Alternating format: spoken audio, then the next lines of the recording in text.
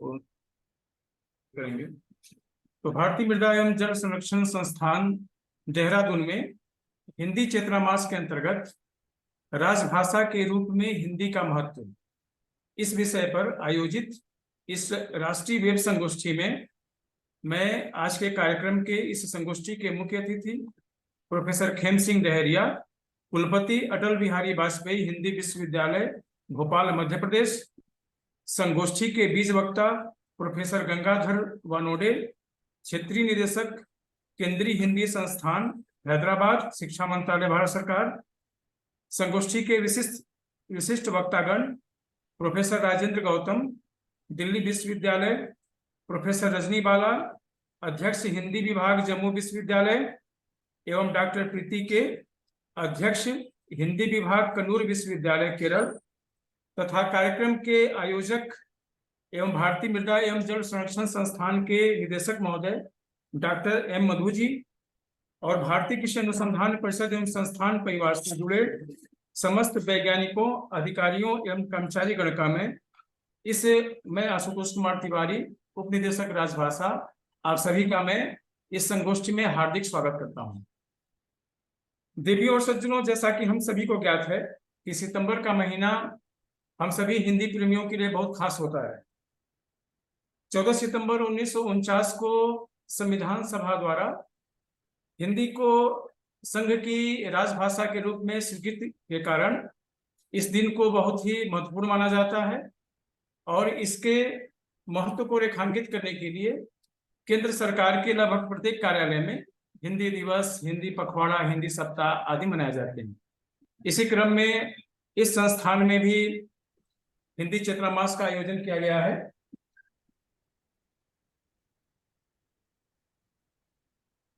तो आज इस संगोष्ठी का जो विषय है वह है राजभाषा के रूप में हिंदी का महत्व। इस परिचर्चा में भाग लेने के लिए हमारे पास एक अत्यंत विशिष्ट विद्वानों का पैनल है जो हमारे समक्ष उपस्थित हैं, और यह सब हमारे लिए अत्यंत भाग्य और गौरवान्वित होने का विषय है कि ऐसे विद्वज्जन हमारे इस परिचर्चा के पैनल में शामिल हैं। देवियों और सज्जनों, राजभाषा के रूप में संविधान सभा द्वारा हिंदी को अंगीकार किया जाना वास्तव में एक अभूतपूर्व घटना थी। ऐसा पहली बार हो रहा था कि आम जनता की भाषा को सरकारी या शासन की कामकाज की भाषा के रूप में स्वीकार किया गया था। अगर हम इतिहास पे नजर डालें तो प्राचीन काल में संस्कृत शासन की भाषा थी, मध्यकाल में फारसी, और ब्रिटिश हुकूमत में अंग्रेजी सत्ता की भाषा थी, जो कि हम कह सकते हैं कि आमजन की भाषा नहीं थी। इस सत्ता की भाषा और आमजन की भाषा में एक द्वैत था। वह द्वैत 14 सितंबर 1949 को समाप्त हो गया, जब भारत की आम जनता की भाषा को सरकारी कामकाज की भाषा घोषित किया गया, एक लोकतांत्रिक अभिव्यक्ति की भाषा के रूप में स्वीकार किया गया। तो इसी विषय पर चर्चा को आरंभ करते हुए मैं आज के मुख्य अतिथि महोदय अगर उपस्थित हों, प्रोफेसर खेम सिंह डहरिया जी, जो अटल बिहारी वाजपेयी हिंदी विश्वविद्यालय के कुलपति हैं, अगर जुड़े हों तो मैं उनसे अनुरोध करता हूं कि वे अपना वक्तव्य हम सभी के समक्ष प्रस्तुत करके हम सभी को लाभान्वित करें। संभवतः सर नहीं जुड़े हुए हैं अभी। आज के इस संगोष्ठी के बीच वक्ता प्रोफेसर गंगाधर बनोडे जी हैं। बीच वक्तव्य के लिए उनको आमंत्रित करने के पहले मैं उनका एक संक्षिप्त परिचय आप सभी के समक्ष रखना चाहूंगा। प्रोफेसर डॉक्टर गंगाधर बनोडे वर्तमान में क्षेत्रीय निदेशक केंद्रीय हिंदी संस्थान हैदराबाद केंद्र पर कार्य कर रहे हैं। आप केंद्रीय हिंदी संस्थान के अनेक पदों पर आपने काम किया है। 2019 से आप क्षेत्रीय निदेशक के पद पर कार्यरत हैं। आपने केंद्रीय हिंदी संस्थान में सहायक प्रोफेसर और क्षेत्रीय निदेशक और अंतर्राष्ट्रीय हिंदी शिक्षण विभाग में विभागाध्यक्ष के पदों पर काम किया है। आपके केंद्रीय हिंदी संस्थान के द्वारा जो भी योजनाएं शिक्षा के क्षेत्र में हिंदी के लिए जो चलाई गई हैं, उनमें अनेक योजनाओं में आपका महत्वपूर्ण योगदान रहा है। आपके इस शिक्षा संबंधी अनुभव को दृष्टिगत करते हुए आपको अनेक संस्थानों द्वारा जो है आपको समिति के सदस्य के रूप में नामित किया गया है। उसमें एक कवियत्री वैनाबाई चौधरी उत्तर महाराष्ट्र विश्वविद्यालय जलगांव महाराष्ट्र में आप हिंदी अध्ययन मंडल के सदस्य के रूप में काम कर रहे हैं। राष्ट्र संत तुकोजी महाराज नागपुर विश्वविद्यालय नागपुर के हिंदी अभ्यास मंडल पर उसमें आप सदस्य के रूप में नामित हैं। आपने लगभग 10 राष्ट्रीय अंतर्राष्ट्रीय वेब संगोष्ठियों में का आयोजन और संयोजन किया है। लगभग 20 राष्ट्रीय अंतर्राष्ट्रीय संगोष्ठियों में आपने सहभागिता की है एवं अपने शोध लेख प्रस्तुत किए हैं।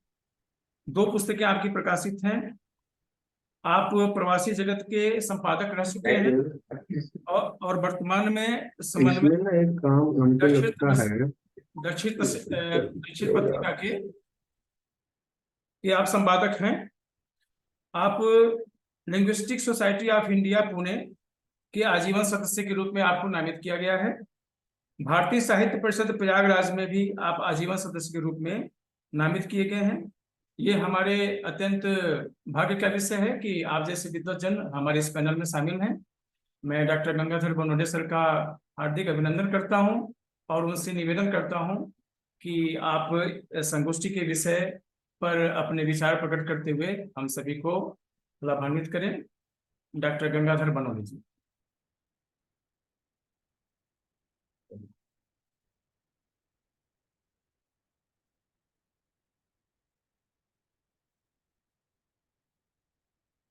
सर अनम्यूट कीजिए अपने आप को। सर अनम्यूट कीजिए।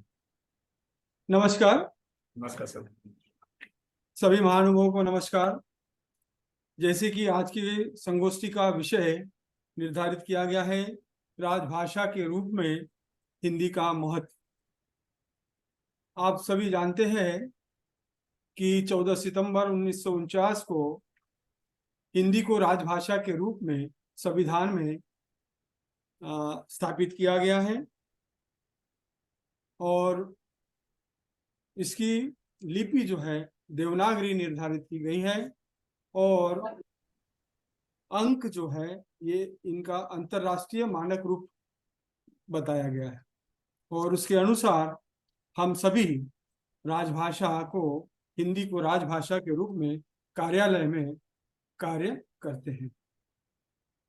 आप सभी जानते हैं कि संविधान के 343 से लेकर 351 तक, अनुच्छेद 343 से लेकर 351 तक राजभाषा के विविध कार्य के संबंध में लिखा गया है और उसके अनुरूप हम सभी कार्यालयों में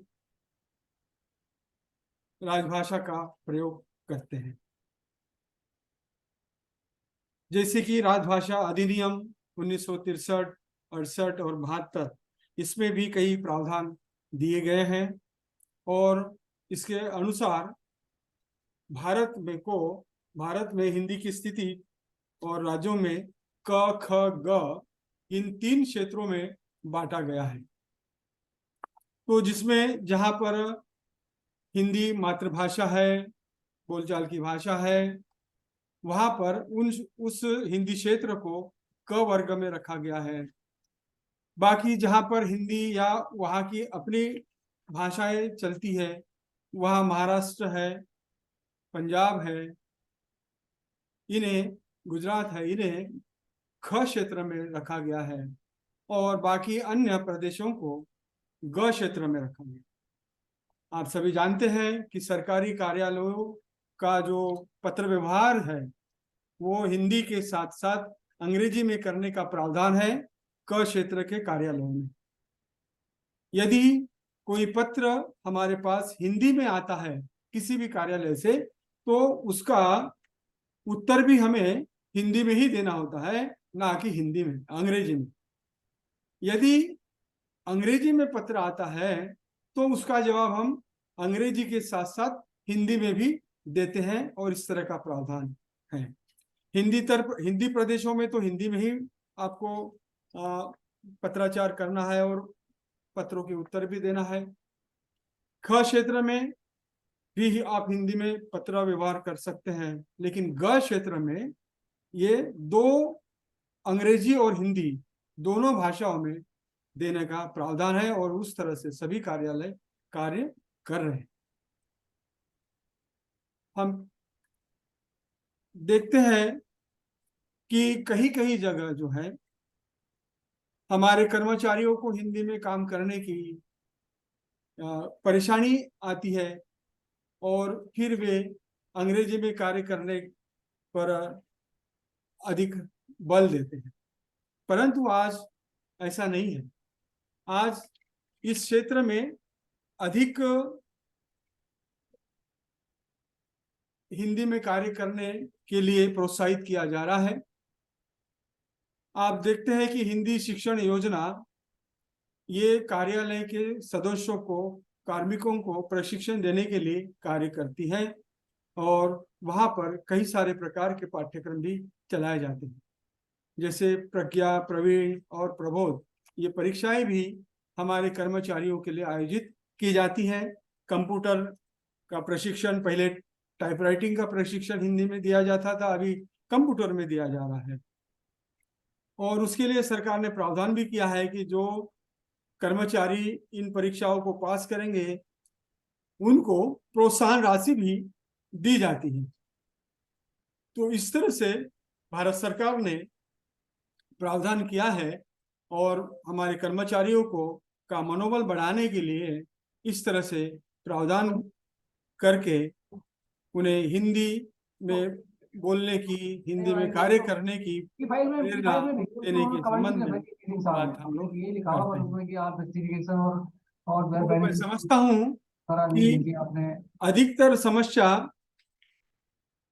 हिंदीतर प्रदेश में कार्य करने वालों की होती होगी, परंतु हिंदी प्रदेश में तो सभी लोग हिंदी में कार्य करते होंगे और इस तरह से हमारे कर्मचारी भी अपना कार्य हिंदी में कर रहे होते हैं। परंतु हिंदीतर प्रदेश में ये समस्या अधिक है। अभी मैं 2 दिन पहले एक कार्यालय में गया था हैदराबाद में, तो वहाँ के जो कर्मचारी है वो तेलुगु भाषी है अधिकतर, तो उनको हिंदी समझने में या लिखने में भी थोड़ी कठिनाई आती थी। उनके लिए 5 दिन की कार्यशाला हमने आयोजित की। उसके बाद उस तरह से उनको प्रशिक्षित किया गया। छोटे छोटे वाक्यों को किस तरह से स्थानांतरित करना है या उसका अनुवाद करना है, इसके बारे में जानकारी दी। और आज हमारे पास गूगल ट्रांसलेशन है, तो उसमें आप अंग्रेजी का वाक्य डालने के बाद तुरंत आपको उसका अनुवाद भी हमें मिल जाता है और उस तरह से वे अपना काम अच्छी तरह से कर सकते हैं। उसी तरह से अधिकारियों को टिप्पणी लिखने के लिए भी प्रावधान है। उस तरह से भी उनको किस तरह से लिखना चाहिए, किस तरह से उस पर कार्य करना चाहिए, इसके बारे में भी इस कार्यशाला के दौरान उन्हें हमने बताया है। तो इस तरह से हिंदी में कार्य करना यदि हम मन में लेते हैं तो हिंदी में कार्य करना कठिन नहीं है, आसान है। केवल हमें अपनी सकारात्मक सोच के साथ कार्य करना आवश्यक है। आज किसी भी क्षेत्र में कार्य करना कठिन नहीं हुआ। आज हमारे सामने प्रौद्योगिकी ने ये सभी उपलब्ध कराया है हमें, जो हमें पहले एक जमाने में कठिन लगता था वो आज सरल हुआ है। कितने सारे ऐसे टूल्स है, जैसे राजभाषा का कंठस्थ टूल है। अभी राजभाषा सम्मेलन पुणे में हुआ था, तो वहां पर कंठस्थ 2.0 इस तरह का टूल्स वहां पर उसका विमोचन किया गया है, लोकार्पण किया गया है और उसके माध्यम से कई सारी सुविधाएं हमें अनुवाद के क्षेत्र में हमें मिलती है और कार्य करने में बहुत हमें आसान महसूस होती है। तो इस तरह से हम हिंदी में कार्य करने के लिए मन से स्वीकार करें कि हमें हिंदी में कार्य करना है, तो हम सहज हिंदी में कार्य कर सकते हैं। पहले प्रावधान किया गया था कि 15 साल तक हिंदी के साथ साथ अंग्रेजी में कार्य करें, उस तरह से प्रावधान दिया गया था। और कालांतर में यदि उस 15 साल में अधिकारी ठीक नहीं समझते कि अभी हमें और अधिक समय चाहिए अंग्रेजी में कार्य करने के लिए, तो उस तरह का भी समय बढ़ा दिया गया था। लेकिन आज इस तरह की स्थिति नहीं है। आज हर व्यक्ति हिंदी में कार्य कर सकता है, प्रेरित हो सकता है। इस तकनीकी दुनिया में हमें ये सारा कुछ, ये सारी सुविधाएं हमें उपलब्ध होती है और हम सभी हिंदी में अच्छी तरह से कार्य कर सकते हैं। इसी के साथ मैं अपना वक्तव्य समाप्त करता हूं। बहुत बहुत धन्यवाद।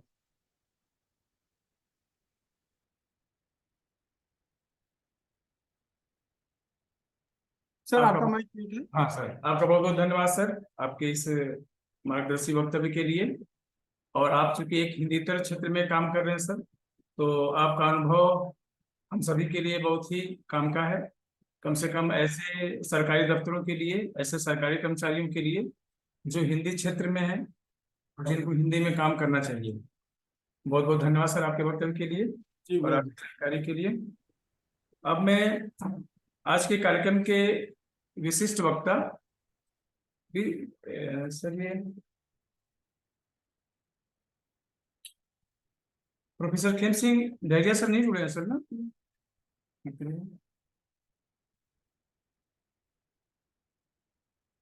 अगर प्रोफेसर खेम सिंह डहरिया सर जुड़े हों तो सर मैं आपसे अनुरोध करूंगा कि आप अपना वक्तव्य प्रस्तुत करें सर। नहीं जुड़े अभी, ठीक है सर। अब मैं विशिष्ट वक्तागण के क्रम में मैं सबसे पहले प्रोफेसर राजेंद्र गौतम सर को आमंत्रित करता हूं वक्तव्य के लिए। वक्तव्य के पहले मैं उनका एक परिचय आप सभी के समक्ष प्रस्तुत करना चाहूंगा।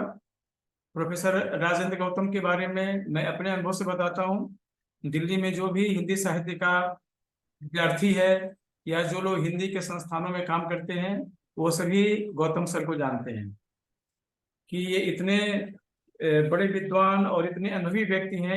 इन्होंने इतने लोगों को हिंदी की शिक्षा दी है कि एक बड़ी श्रृंखला दिल्ली और अनेक विश्वविद्यालयों में इनके शिष्यों की काम कर रही है।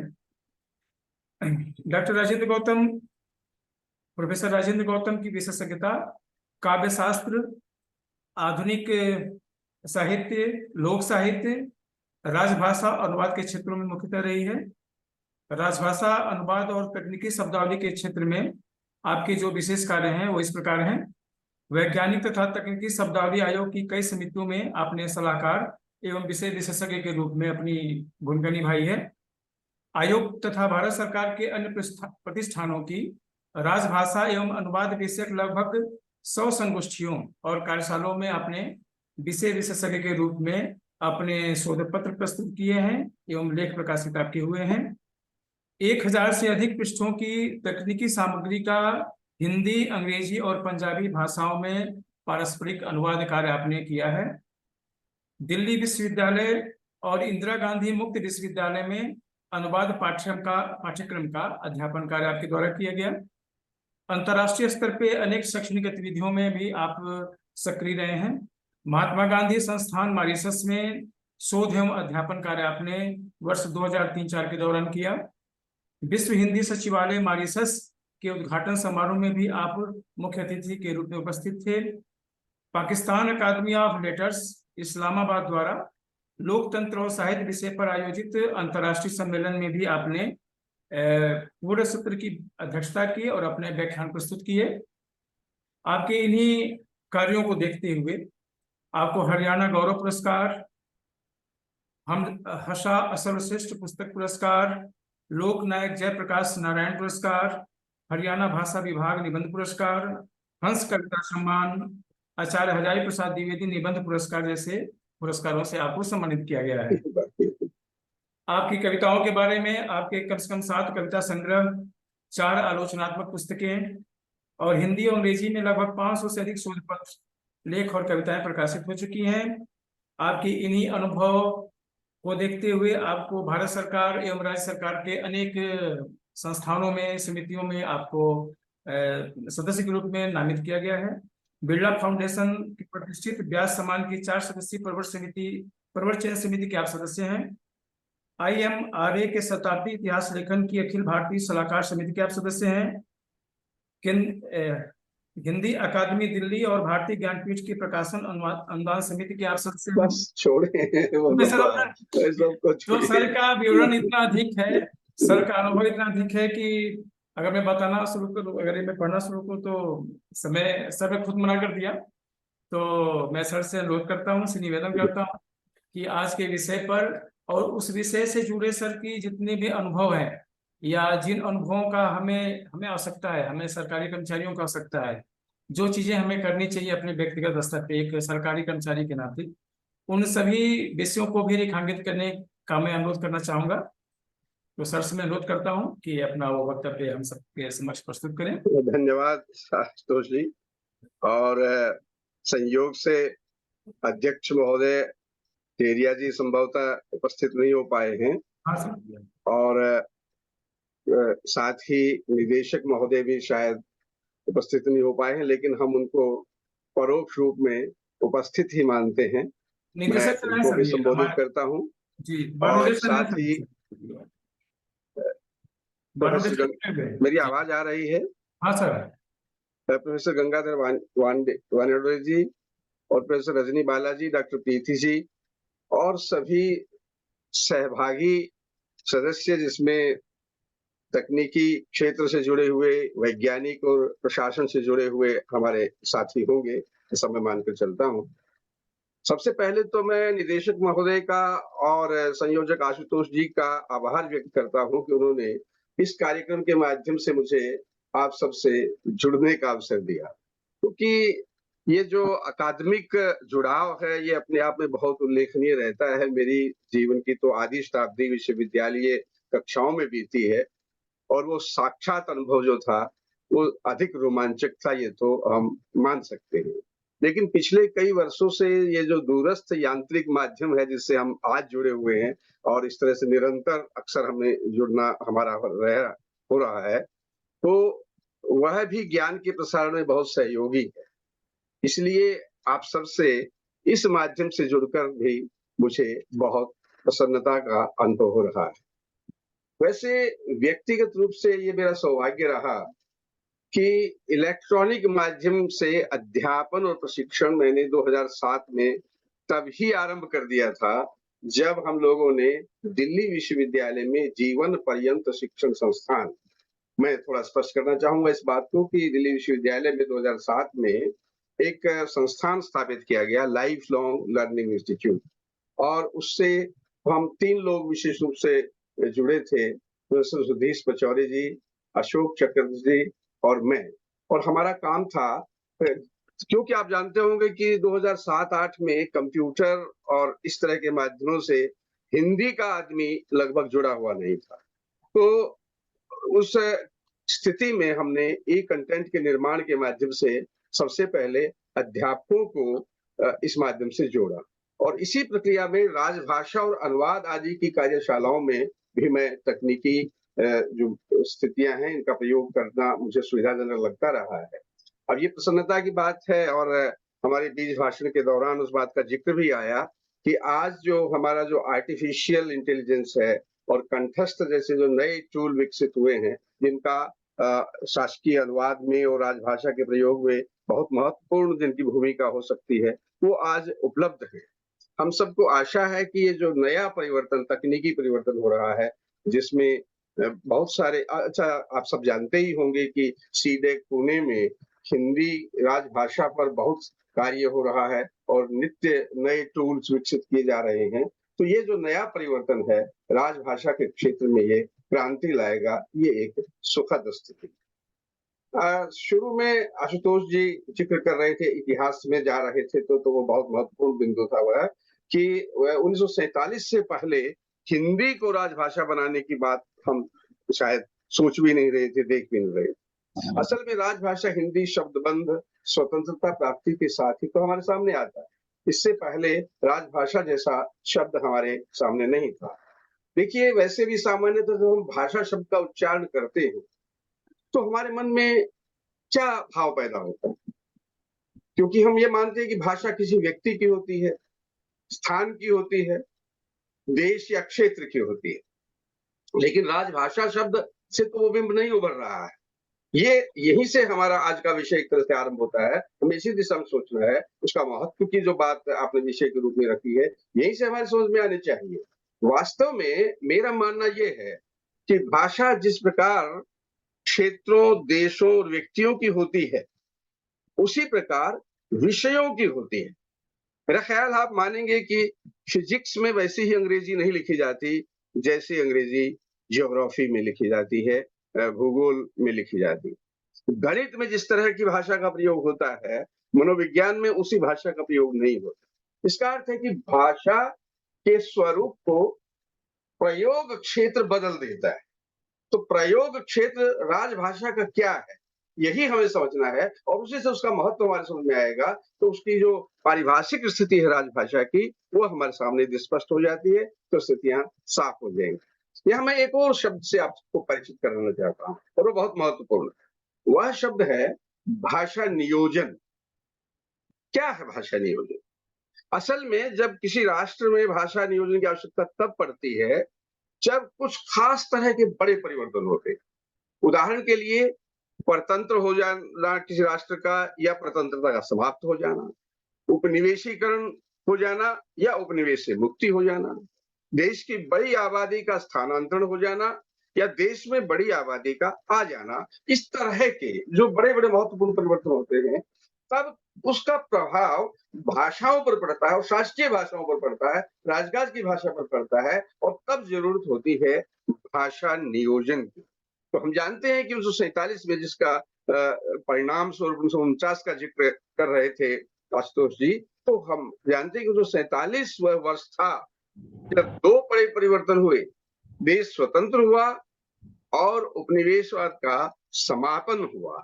ऐसी स्थिति में भाषा नियोजन हमारे देश के लिए एक अनिवार्यता बन गई और संविधान सभा की जो बैठकें हुई, खासकर 3 दिनों में, 12, 13 और 14 सितंबर को, यदि आप इतिहास उठाकर देखेंगे उन सभाओं का, तो सबसे ज्यादा उपस्थिति 12, 13, 14 सितंबर 1949 की सभाओं में रही और उन्हीं सभाओं के दौरान एक बार राजेंद्र प्रसाद जो हमारे देश के प्रथम राष्ट्रपति बने, उन्होंने एक महत्वपूर्ण बात कही थी। उन्होंने कहा था कि हमें आज बहुत सावधानी से निर्णय लेना है, बहुत सोच समझकर निर्णय लेना है, क्योंकि जो संविधान के अनुच्छेद हम निर्धारित कर रहे हैं, उनमें ज्यादातर ऐसे हैं जिनका हमारे जीवन में कभी-कभी उपयोग होगा। सदैव उपयोग में आने वाले अनुच्छेद सारे नहीं हैं, लेकिन ये जो भाषा संबंधी अनुच्छेद हम निर्धारित करने जा रहे हैं, ये ऐसे अनुच्छेद हैं जिनका वास्ता चौबीसों घंटे हमारे जीवन से पड़ने वाला है। आप समझ सकते हैं कि इसका महत्व किस रूप में है राजभाषा का, क्योंकि हमारे जितने भी दैनिक कार्यकलाप हैं, वो कहीं न कहीं शासन से, प्रशासन से इससे जुड़े हुए हैं और प्रतिदिन उस भाषा माध्यम की भी हमें जरूरत पड़ती है। इसलिए ये बहुत उल्लेखनीय है कि ये वह मुद्दा है, उन्होंने कहा राजेंद्र प्रसाद जी ने कि हमारा संविधान में जो हम अनुच्छेद निर्धारित कर रहे हैं, ये ऐसे अनुच्छेद हैं जिनका वास्ता हमें हमारे जीवन में निरंतर पड़ेगा। तो भाषा नियोजन में 2 विशेषताएं विशेष रूप से होती है। एक है स्थैतिक अथवा वैधानिक और दूसरी कायिक अथवा उसका जो रचनात्मक रूप है, यानी स्टैटिक एंड कॉर्पोरल। जो स्थैतिक स्थिति है, हमारा संविधान में जो अभी जिक्र हो रहा था हमारे बीच भाषण में, विद्वान वक्ता बता रहे थे हमें कि अनुच्छेद 343 से लेकर और 351 तक जो अनुच्छेद हैं, उनमें कुछ निर्धारण किया गया। मैं ये मानता हूं कि निर्धारण 2 प्रकार का है। एक वैधानिकता निर्धारित करता है हिंदी की और दूसरा उसके कायिक स्वरूप को, उसकी काया को निर्धारित करता है। काया से जुड़ी हुई जो जुड़ा हुआ जो अनुच्छेद है, उसकी चर्चा मैं थोड़ा आगे चलकर थोड़ा विस्तार से करूंगा और मैं आशुतोष जी से ये निवेदन भी करना चाहूंगा कि मुझे बता दें कि समय अब समाप्त होने वाला है, तो आप मुझे संकेत पहले कर देंगे तो मैं उस रूप में सम अप कर दूंगा चीजों को। तो मैं ये 351 जो अनुच्छेद है, वह हिंदी के राजभाषा के रूप के कायिक स्वरूप को व्याख्यायित करता है और जो अन्य धाराएं हैं, ज्यादातर वे उसकी वैधानिक स्थिति को स्पष्ट करती हैं, उनमें किस तरह का स्थैतिक रूप है उनका। जो वैसे भी जो राजभाषा पद है, इसके क्या क्या संभावित अर्थ हो सकते हैं? मुझे 3 संभावित अर्थ लगते हैं इसके। भाई एक अर्थ हुआ राजा की भाषा, लेकिन जब हम राजा की भाषा कहते हैं तो फिर 47 के बाद हम राजा किसी किंग को तो नहीं मान रहे हैं। शासक जरूर है लेकिन किंग नहीं है। निश्चित रूप में लोकतांत्रिक व्यवस्था सामंती व्यवस्था से अलग है, तो राजा भी भिन्न है। इसलिए लोकतंत्र में शासक भी भिन्न है, और वो शासक कौन है? हमारा जो लोकतांत्रिक सरकार है, हमारे उस सरकार की जो संरचना है, वही हमारे राजभाषा से संबंध उसका है। तो वो एक व्यक्ति न होकर, ये बहुत महत्वपूर्ण बात है, वो एक व्यक्ति न होकर सामान्यतः संस्था है राज्य के रूप में। लेकिन जब हम राज्य शब्द का उपयोग करते हैं तो यहाँ भी थोड़ी सी फिर और स्पष्टीकरण की जरूरत है, क्योंकि दूसरा अर्थ यदि हम राजभाषा का लें तो वो हो सकता है राज्य की भाषा। हमारे संविधान में भाषा संबंधी जो अनुच्छेद हैं, उनमें 345 अनुच्छेद विशेष रूप से राज्य की भाषाओं से जुड़ा हुआ है। तो यहाँ राज्य, एक तो स्टेट, भारत एक स्टेट, उस रूप में राज्य शब्द का प्रयोग, दूसरे जो उसके प्रांत हैं उस रूप में भी राज्य का प्रयोग होगा। और वहां भी जैसे संविधान के अनुच्छेद 345 में जो निर्देश हैं वो राजभाषा के आशय को अलग ढंग से स्पष्ट करते हैं। इसलिए ये ध्यान रखना होगा कि पहले अर्थ में राज्य प्रभुसत्ता संपन्न देश है, और दूसरे अर्थ में इससे विभिन्न राज्यों तथा प्रांतों का बोध होता है। तीसरा अर्थ हमारे सामने और उभरता है, और वही एक तरह से प्रैक्टिकल अर्थ है, व्यावहारिक अर्थ। तो राजभाषा का व्यावहारिक अर्थ है वो इसी तीसरे अर्थ से निकल कर आता है। ये आपको समझना होगा, खासकर जो हमारे प्रतिभागी इसमें जो सीधे जो राजभाषा विभाग है उससे नहीं जुड़े हुए हैं, अन्य विभागों से जुड़े हुए हैं, उनको इस चीज को समझना होगा कि आखिर उनके लिए इसका क्या महत्व है, क्यों वो इसको जाने और क्यों राजभाषा का प्रयोग करें, ये देखना होगा। जो ये अर्थ तीसरा निकल कर आता है वह है राजकाज की भाषा। अनुप्रयोग की दृष्टि से राजभाषा का अर्थ हुआ राजकाज की भाषा, अर्थात ऑफिशियल लैंग्वेज। हमारे मित्र आशुतोष जी जानते हैं कि एक जमाना था जब प्राय जो बैंकों में और सरकारी कार्यालयों में जो पद होते थे उनमें हिंदी अधिकारी शब्द का प्रयोग किया जाता। आज भी बहुत सारे कुछ एक कार्यालयों में, बहुत सारे तो नहीं, कुछ एक कार्यालयों में ये पदनाम मिल जाता है। लेकिन आज तो स्थितियां बदल चुकी हैं। आज ज्यादातर हम ऑफिशियल लैंग्वेज ऑफिसर यानी राजभाषा अधिकारी इस टर्म का, इस पद का प्रयोग करते हैं। तो ये जो ऑफिशियल लैंग्वेज है, ऑफिशियल का अर्थ क्या हुआ? सरकार द्वारा मान्य अनुमति प्राप्त तो है ही, इसका अर्थ सरकारी कामकाज की भाषा इसी रूप में बनती है। और हिंदी के संदर्भ में पारिभाषिक रूप में राजभाषा का पहला अर्थ हुआ वह भाषा जिसका प्रयोग देश का शासन चलाने के लिए किया जाता है, और भारत के संदर्भ में वो भाषा राजभाषा के रूप में हिंदी है, क्योंकि 343 जो हमारा संविधान का अनुच्छेद है उसमें स्पष्ट किया गया है कि देवनागरी लिपि में लिखी हुई हिंदी राजभाषा होगी। असल में ये जो ऑफिशियल है इसका एक अर्थ हुआ ऑफिस का, अर्थात कार्यालय का, कार्यालय।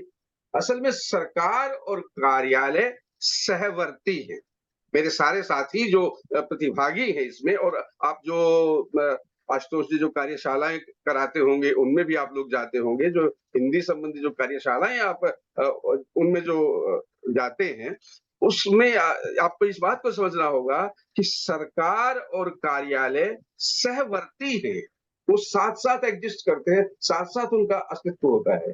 कोई भी व्यक्ति सरकार के रूप में तभी काम कर पाता है या तभी सरकारी काम कर पाता है जब वह कोई ऑफिस होल्ड करता है, अर्थात पदस्थ होता है। अतएव राजभाषा के अनुप्रयोग के क्षेत्र में राजभाषा का प्रयोग क्षेत्र वहां है जहां जहां सरकार है।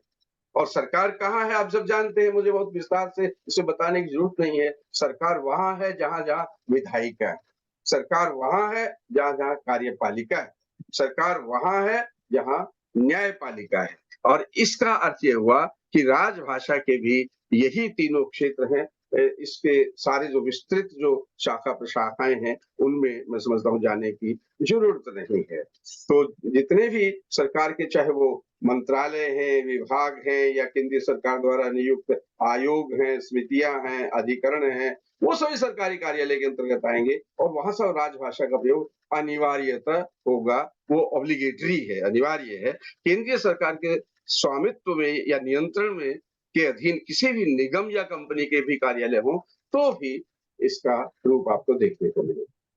कुछ बातें हमें आरंभ में पता चली, मैं बहुत सारी बातों को दोहराऊंगा नहीं। ये कहना चाहूंगा कि वास्तव में जो संवैधानिक स्थितियां हैं हिंदी की, वो 3 तरह से वर्गीकृत की जा सकती है। एक तो हमारे संविधान में क्या प्रावधान किया गया है, दूसरे उसमें किस तरह के बाद में चलकर अधिनियम बने हैं, नियम बने हैं, या राष्ट्रपति के किस प्रकार के आदेश बीच-बीच में पारित होते रहे हैं। ये 3 स्थितियां संविधान में 120 अनुच्छेद और 210 अनुच्छेद जो है, 120 लोकसभा में संसद में और 210 जो है वो राज्यों की विधानसभाओं में राजभाषा का प्रयोग के क्या प्रावधान है उनको बताया। और 343 से 351 तक के जो हैं इसकी 3 कैटेगरी है, 3 वर्गीकरण में करके आपको आपके सामने बात रखी है। संक्षेप और बहुत सारे वक्ता हैं, मैं बहुत संक्षेप करूंगा आप चीजों का। देखिए जो 343-44 अनुच्छेद हैं वे निर्देशात्मक है कि उसकी स्थिति क्या होगी हिंदी की। 345 राज्यों से संबंधित है। 46-47 उसके और जो सुविधाएं हो सकती हैं या परिवर्तन हो सकते हैं उनके साथ जुड़ा हुआ है। ग वर्गीकरण की बात हो रही थी तो उनका संबंध उनसे भी है।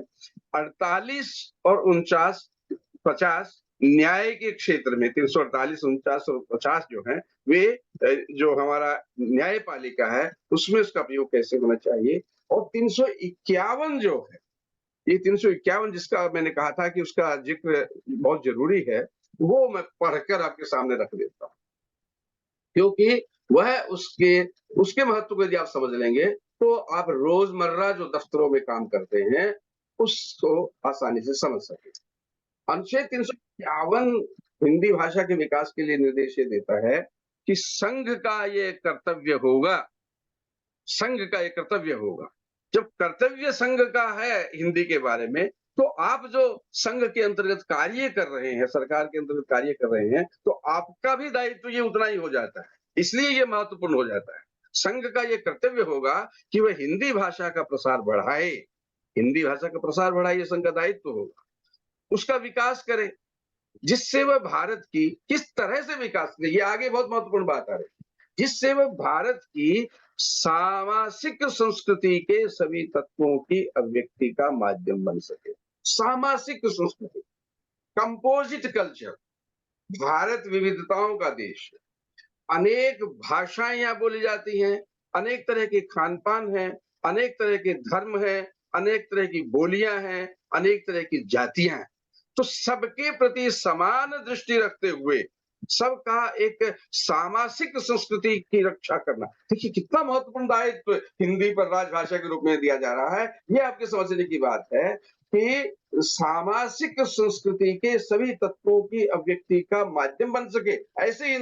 ऐसी हिंदी नहीं जो तोड़ने का काम करे, क्योंकि हिंदी तोड़ने का काम नहीं करती, हिंदी जोड़ने का काम करती है। तो जोड़ने का काम हिंदी किस प्रकार करे, वो इस तरह से करे कि भारत की सामाजिक संस्कृति के सभी तत्वों के व्यक्ति का माध्यम बन सके और उसकी प्रकृति में हस्तक्षेप किए। उसकी प्रकृति, किसकी प्रकृति? हिंदी भाषा की जो मूल प्रकृति है, उसकी जो व्याकरणिक रचना है, उसका जो स्वभाव है, उसका जो वाक्य विन्यास है, तो उसकी प्रकृति में हस्तक्षेप किए बिना, उसको डिस्टर्ब किए बिना, उसके बीच तोड़ मरोड़ किए बिना हिंदुस्तानी वह जुबान जिसमें भारत की बहुत सारी भाषाओं के सरल शब्द जो है, अभी पिछले दिनों आप प्रधानमंत्री जी को बोलते हुए सुन रहे थे जब वो न्याय की किसी संगोष्ठी में भाग ले रहे थे, वहां भी उन्होंने ये बात कही थी। और 2-3 वर्ष पहले शायद बनारस में जब आप लोगों का ये राजभाषा संबंधी अधिवेशन हुआ था, उसमें भी उन्होंने ये बात कही थी कि जन भाषा के साथ लाना होगा राजभाषा को। यदि हम ऐसा नहीं करते तो संभव नहीं होगा। इसलिए हिंदुस्तानी उसी शब्द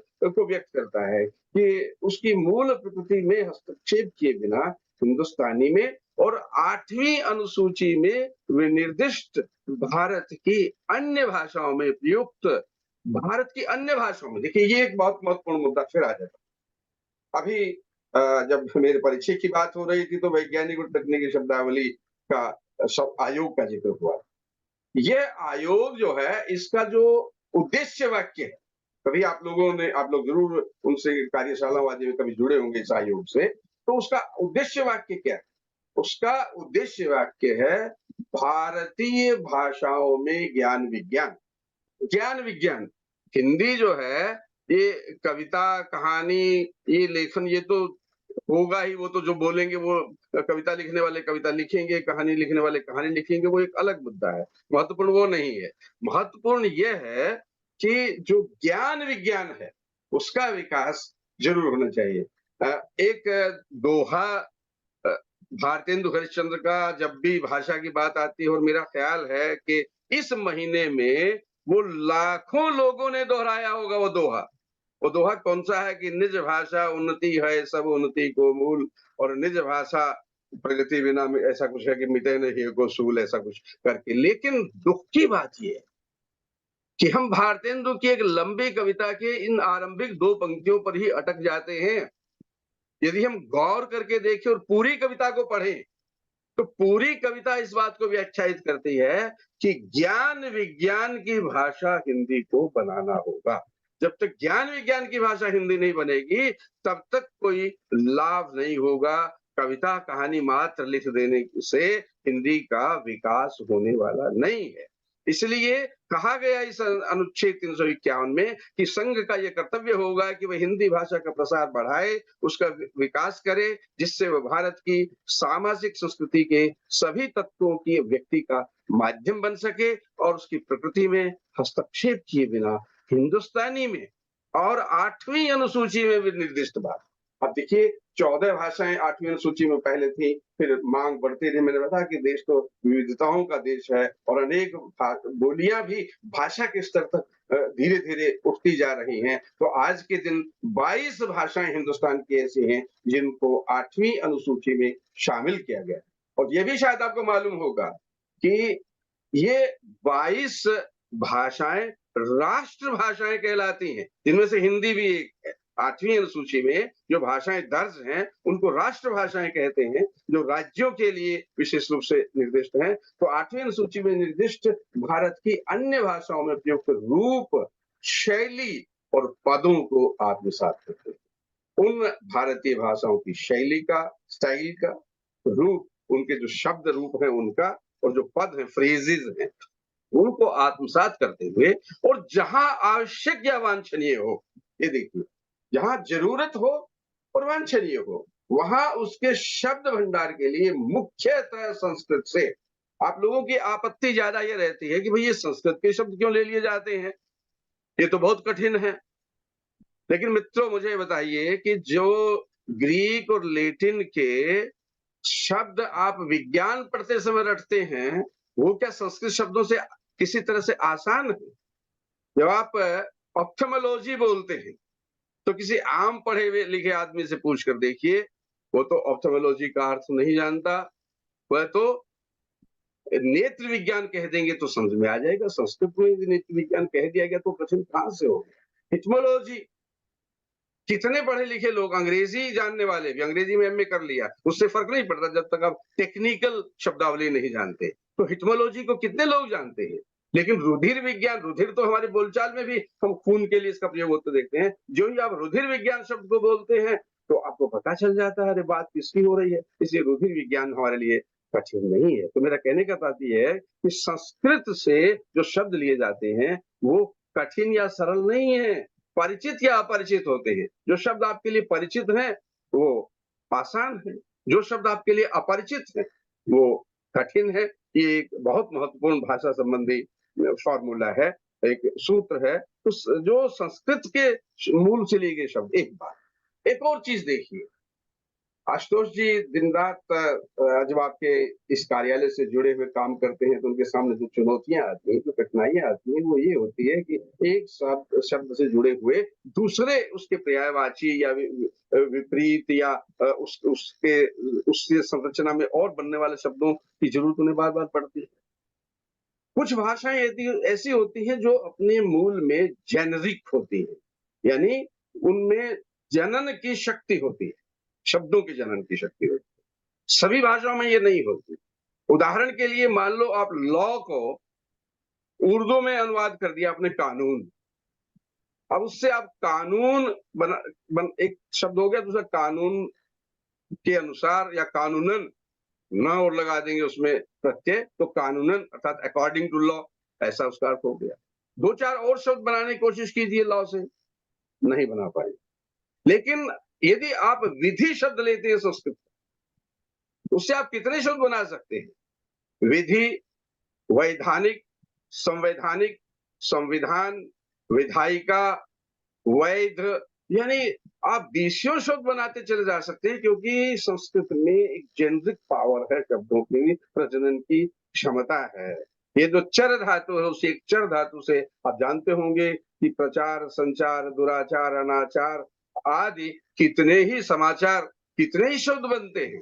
तो इसलिए वहां ये निर्देश किया गया अनुच्छेद 351 में कि शब्द भंडार के लिए मुख्यतः संस्कृत से और गौणतः अन्य भाषाओं से, गौणतः यानी कुछ परसेंटेज और विदेशी शब्द भी हम प्रयोग में लाते ही हैं। अच्छा, ये भी मैं यहाँ उस बात का विरोध करना चाहता हूँ कि आप एक सूची जारी कर दें कि ये तो अरबी फारसी मूल के शब्द हैं, इनका तो प्रयोग हमें करना नहीं। जो हिंदी में आ गए हैं वो शब्द हिंदी के हो गए हैं, इसलिए अन्य भाषाओं से भी शब्द ग्रहण करते हुए उसकी समृद्धि सुनिश्चित करे। कौन? कर्ता के रूप में जिसको निर्देश दिया जा रहा है वो संघ है, पहला ही शब्द है। संघ का ये कर्तव्य होगा कि वह उसकी समृद्धि सुनिश्चित करे। तो ये जो अनुच्छेद 351 है कि संघ का ये कर्तव्य होगा कि वो हिंदी भाषा का प्रसार बढ़ाए, उसका विकास करे, जिससे वो भारत की सामाजिक संस्कृति के सभी तत्वों के व्यक्ति का माध्यम बन सके और उसकी प्रकृति में हस्तक्षेप के बिना हिंदुस्तानी में और 8वीं अनुसूची में विनिर्दिष्ट भाषा की अन्य भाषाओं में प्रयुक्त रूप, शैली और पदों को आत्मसात करते हुए और जहां आवश्यक या वांछनीय हो वहां उसके शब्द भंडार के लिए मुख्यतः संस्कृत से और गौणतः अन्य भाषाओं से शब्द ग्रहण। तो जैसे मैंने कहा कि एक तरफ तो ये है संविधान में 343 से लेकर और 351 तक के जो अनुच्छेद है। इसके बाद फिर जरूरत के हिसाब से 1963, 65, 67 जो मिलाकर फिर बाद में 1963 का अधिनियम के रूप में जाना जाता है, वो अधिनियम हमारे सामने है। फिर राजभाषा संकल्प रेजोल्यूशन हमारे सामने 1968 का। इससे पहले राष्ट्रपति का एक आदेश 1960 का आया, वो भी बहुत महत्वपूर्ण था, क्योंकि उसमें और कार्य तो हुए ही, इस अनुच्छेद 351 को सामने रखते हुए एक आयोग, स्थायी आयोग बनाने की घोषणा की गई। 26 अप्रैल 1960 को ये आदेश राष्ट्रपति का पारित हुआ और 1 अगस्त 1961 को फिर ये वैज्ञानिक और तकनीकी शब्दावली आयोग बनाया गया। बाद में 1976 में जो नियम आया है वो बहुत महत्वपूर्ण, प्रायोगिक दृष्टि से, प्रैक्टिकल रूप में जो आप रोजमर्रा का काम करते हैं उसमें ये बहुत जरूरी है। और क्योंकि उसमें भाषा की जो द्विभाषिकता को निर्धारित निश्चित किया गया कि कुछ चीजों का प्रयोग अनिवार्यतः द्विभाषिक रूप में किया ही जाएगा, केवल अंग्रेजी का प्रयोग आप नहीं कर सकते। यहाँ जो अधिकारीगण भाग ले रहे हैं उनको भी मैं इस 1976-68 वाले 68 के संकल्प और 76 के नियम की ओर आप लोगों का ध्यान इस रूप में दिलाना चाहता हूँ, क्योंकि ये जो किसी भी यूनिट की, किसी भी इकाई के आप यदि प्रभारी हैं, आप किसी कार्यालय के अध्यक्ष हैं, तो वहां आपकी कानूनन यानी वैधानिक ये जिम्मेवारी होती है, आपको हिंदी के संबंध में जो अनुच्छेद, जो नियम, अधिनियम, संकल्प हैं, उस राजभाषा नीति को, इन सबको मिला दे तो एक शब्द हमारे सामने आ गया, सरकार की राजभाषा नीति। तो सरकार की राजभाषा नीति का अनुपालन जो करवाना है वो आप लोगों का दायित्व होता है और ये अनिवार्य किया गया है बहुत सारी जगह, इसलिए आपको इस बात को समझना होगा। मुझे लगता है कि मैं काफी समय ले चुका हूं, अंत में मैं सिर्फ ये बात कहना चाहता हूँ कि इसके लिए प्रोत्साहन तो बहुत सारे, उनको एक अलग विषय में, अब उसमें जाऊँगा तो ज़्यादा समय लग जाएगा। आप लोगों को एक सुविधा ये ज़रूर है कि त्रैमासिक कार्यशालाएँ लगभग हर विभाग, हर जो ये जिस प्रकार की इकाइयाँ बनी हुई हैं, इन सब में होता है। प्रशिक्षण कार्य होते हैं, अनुवाद को लेकर भी, राजभाषा के प्रयोग को लेकर भी। आपको नियमित रूप से इसका लाभ उठाकर राजभाषा के प्रयोग में अपने आप को दक्ष बनाना चाहिए। उसका महत्व तो इसी रूप में है कि इस देश में यदि आप काम कर रहे हैं, तो इस देश की भाषा से जुड़े बिना आप काम नहीं कर सकते। इस रूप में राजभाषा का महत्व अत्यधिक है। मेरा ख्याल है कई वक्ता हैं, तो मैं बहुत विस्तार में आगे नहीं जाऊँगा, और मुझे आपसे संवाद करने का मौका मिला, इसकी मुझे प्रसन्नता है। इसके लिए मैं बहुत आभारी हूँ मृदा संरक्षण संस्थान का। बहुत-बहुत धन्यवाद। बहुत-बहुत धन्यवाद सर। इतने ज्ञानवर्धक और मार्गदर्शी वक्तव्य के लिए आपका मैं बहुत धन्यवाद करता हूँ। अभी जो इस संगोष्ठी के हमारे मुख्य अतिथि हैं प्रोफेसर खेम सिंह डहरिया जी, वो जुड़ चुके हैं। जी। सर से मैं निवेदन करता हूं कि अपने आप को अनम्यूट करें। प्रोफेसर खेम सिंह डहरिया जी, सर आवाज आ रही है मेरी? जी, आ रही हूँ। हाँ सर, आपका वीडियो ऑन नहीं है। वीडियो ठीक है सर। तो आज के कार्यक्रम के मुख्य अतिथि के वक्तव्य सुनने के पहले मैं उनका एक संक्षिप्त परिचय आप सभी के समक्ष प्रस्तुत करना चाहूंगा। प्रोफेसर खेम सिंह डहरिया वर्तमान में अटल बिहारी वाजपेयी हिंदी विश्वविद्यालय भोपाल के कुलपति हैं। शिक्षा और प्रशासन के अनेक महत्वपूर्ण पदों पर आपने काम किया है। आपको इन क्षेत्रों में लगभग 28 वर्षों का लंबा और विशिष्ट अनुभव है। राष्ट्रीय एवं अंतर्राष्ट्रीय स्तर पर लगभग आपके 125 पत्र पत्रिकाओं में शोध पत्र प्रकाशित हैं। लगभग 26 पुस्तकें आपके द्वारा लिखी गई हैं और 14 पत्रिकाओं का आपने संपादन भी किया है। राष्ट्रीय स्तर पे लगभग 108 अन्य कार्यशालाओं में आपने प्रतिभाग किया। आपने 7 से अधिक प्रतिष्ठित साहित्यिक संस्थानों में सदस्य के रूप में काम किया है। आपके मार्गदर्शन में अनेक शोधार्थी पीएचडी की डिग्री प्राप्त कर चुके हैं। आपके इस विशद अनुभव को देखते हुए, दृष्टिगत करते हुए भारत सरकार तथा राज्य सरकार द्वारा अनेक महत्वपूर्ण समितियों में आपको सदस्य के रूप में नामित किया गया है। इनमें हिंदी सलाहकार समिति, जो अंतरिक्ष विभाग एवं परमाणु ऊर्जा विभाग की हिंदी सलाहकार समिति है, उसमें आप सदस्य हैं। आप मध्य प्रदेश हिंदी ग्रंथ अकादमी भोपाल के सदस्य हैं। नई शिक्षा नीति 2020 के आप सदस्य हैं। अलीगढ़ मुस्लिम विश्वविद्यालय में आप कोर्स सदस्य के रूप में नामित हैं। विदेश मंत्रालय भारत सरकार की परामर्शदात्री समिति में आप सदस्य के रूप में सम्मिलित हैं। साहित्य अकादमी नई दिल्ली में आप सदस्य हैं। ऐसे कितने ही महत्वपूर्ण पदों पर प्रोफेसर खेम सिंह डहरिया जी काम कर रहे हैं और शिक्षा के क्षेत्र में हम सभी के लिए एक उदाहरण प्रस्तुत कर रहे हैं या हमारा मार्गदर्शन कर रहे हैं। इस संगोष्ठी में मुख्य अतिथि के रूप में अपना समय देने के लिए मैं उनका हार्दिक आभार प्रकट करता हूं और सर से निवेदन करता हूं कि अपने अनुभव और ज्ञान से हम सभी को लाभान्वित करें। प्रोफेसर खेम सिंह डहरिया।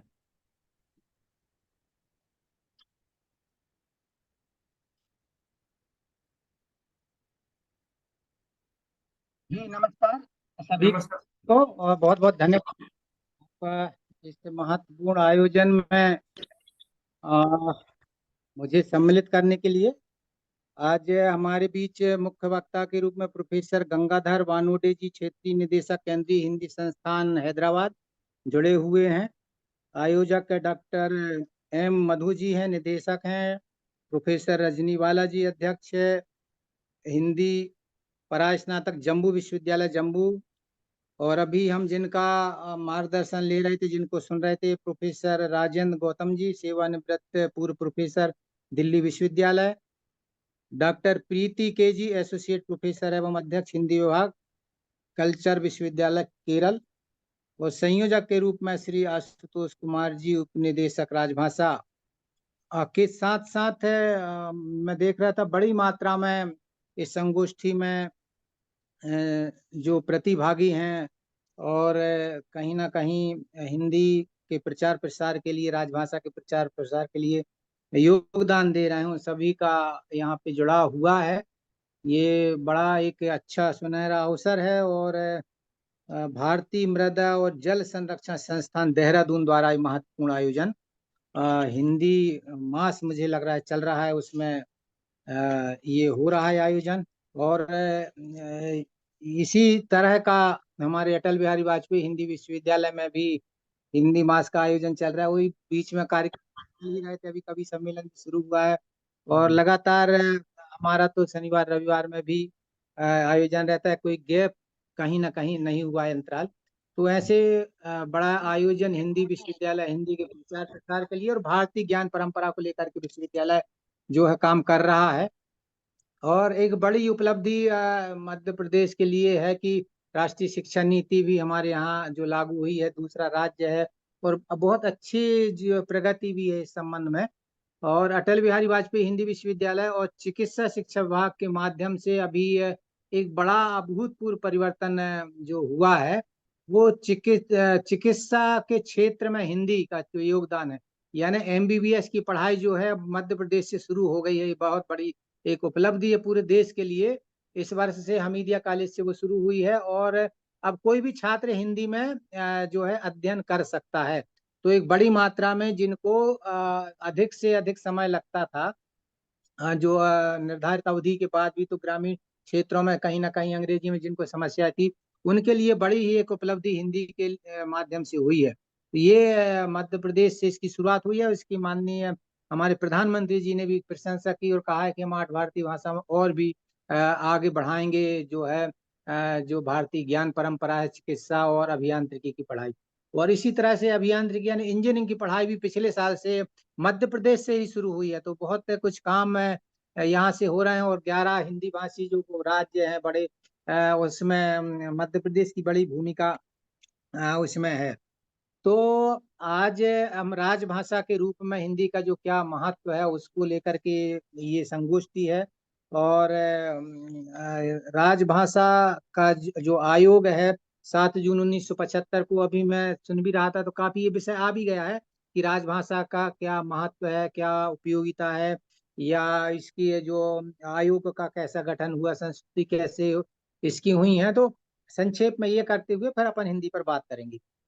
तो 7 जून 1955 को श्री वी जी खैर की अध्यक्षता में ये हुआ कि इनको हिंदी की जो किन विषयों पर किस प्रकार से काम हो, उनकी सिफारिशों के लेकर के राजभाषा आयोग का गठन हुआ, जिसमें संघ के सरकारी कामकाज के लिए हिंदी भाषा का अधिक से अधिक किस प्रकार से उपयोग हो, ऐसे महत्वपूर्ण कुछ सिफारिशें इस आयोग के माध्यम से आई। और संघ के सभी या कुछ सरकारी कामों के लिए जो अंग्रेजी का प्रयोग है उसकी मनाही या कुछ कम करने की बात उसमें हुई है। और अनुच्छेद 348 में सभी अथवा कुछ कार्यों के लिए किस भाषा का प्रयोग किया जाए, कहाँ कहाँ किसकी उपयोगिता है, उसको लेकर भी बातचीत हुई है। और संघ के किसी या किन्हीं खास कार्यों के प्रयोग में आने वाले अंक का क्या रूप होना चाहिए, जैसे अंतर्राष्ट्रीय अंकों का स्वरूप को हम ग्रहण किए तो वो स्वरूप भी उसमें उस सिफारिशों में आया है। और एक समग्र अनुसूची तैयार करना जिसमें ये बताया जाए कि कब और किस प्रकार संघ की राजभाषा तथा संघ एवं राज्यों के बीच और एक दूसरे राज्यों के बीच में संचार की भाषा के रूप में अंग्रेजी के स्थान पर धीरे धीरे हिंदी का प्रयोग कैसे हो, उसका कैसे बढ़ावा हो।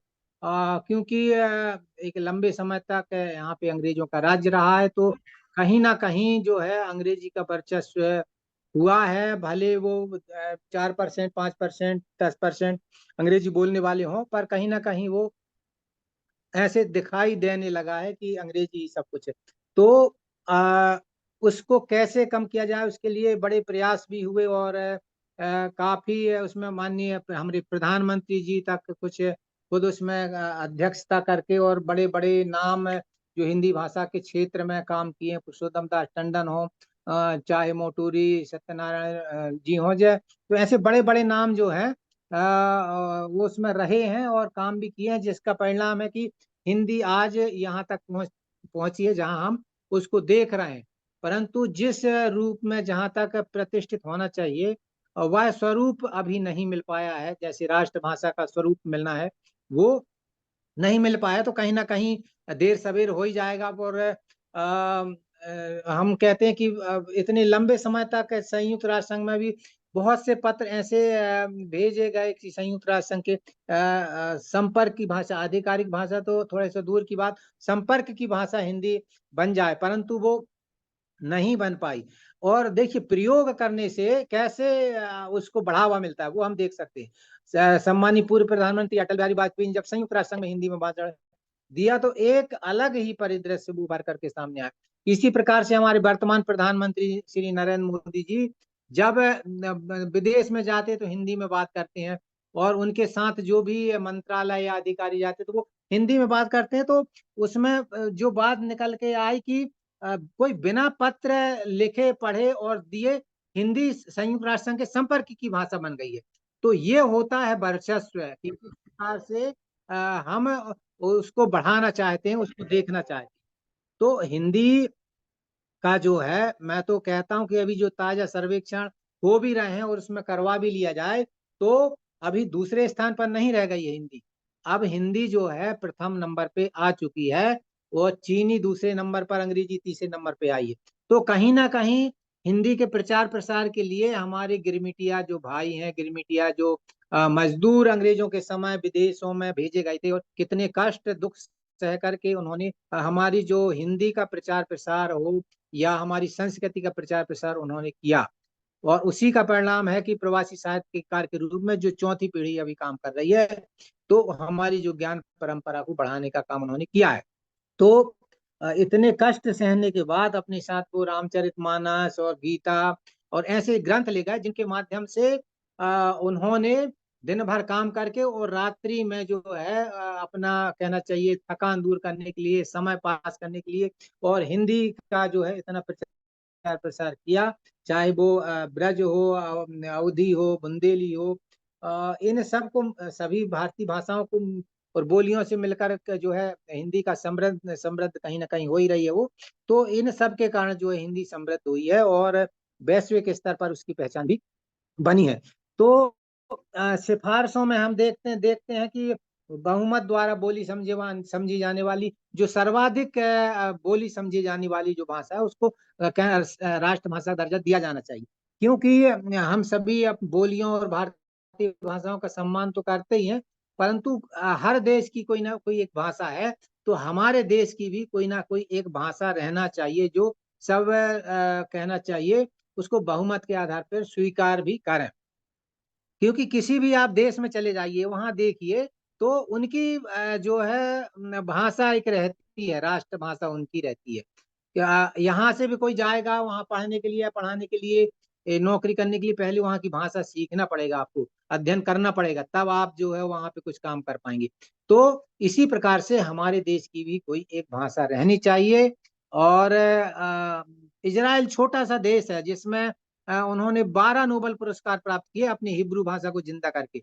तो अपनी भाषाओं में काम करके और ऐसे बड़े नोबेल पुरस्कार को प्राप्त करना, और इसीलिए जो है देश की एक भाषा होनी चाहिए, मेरा मत तो ये है, और सभी का मत ये होना भी चाहिए।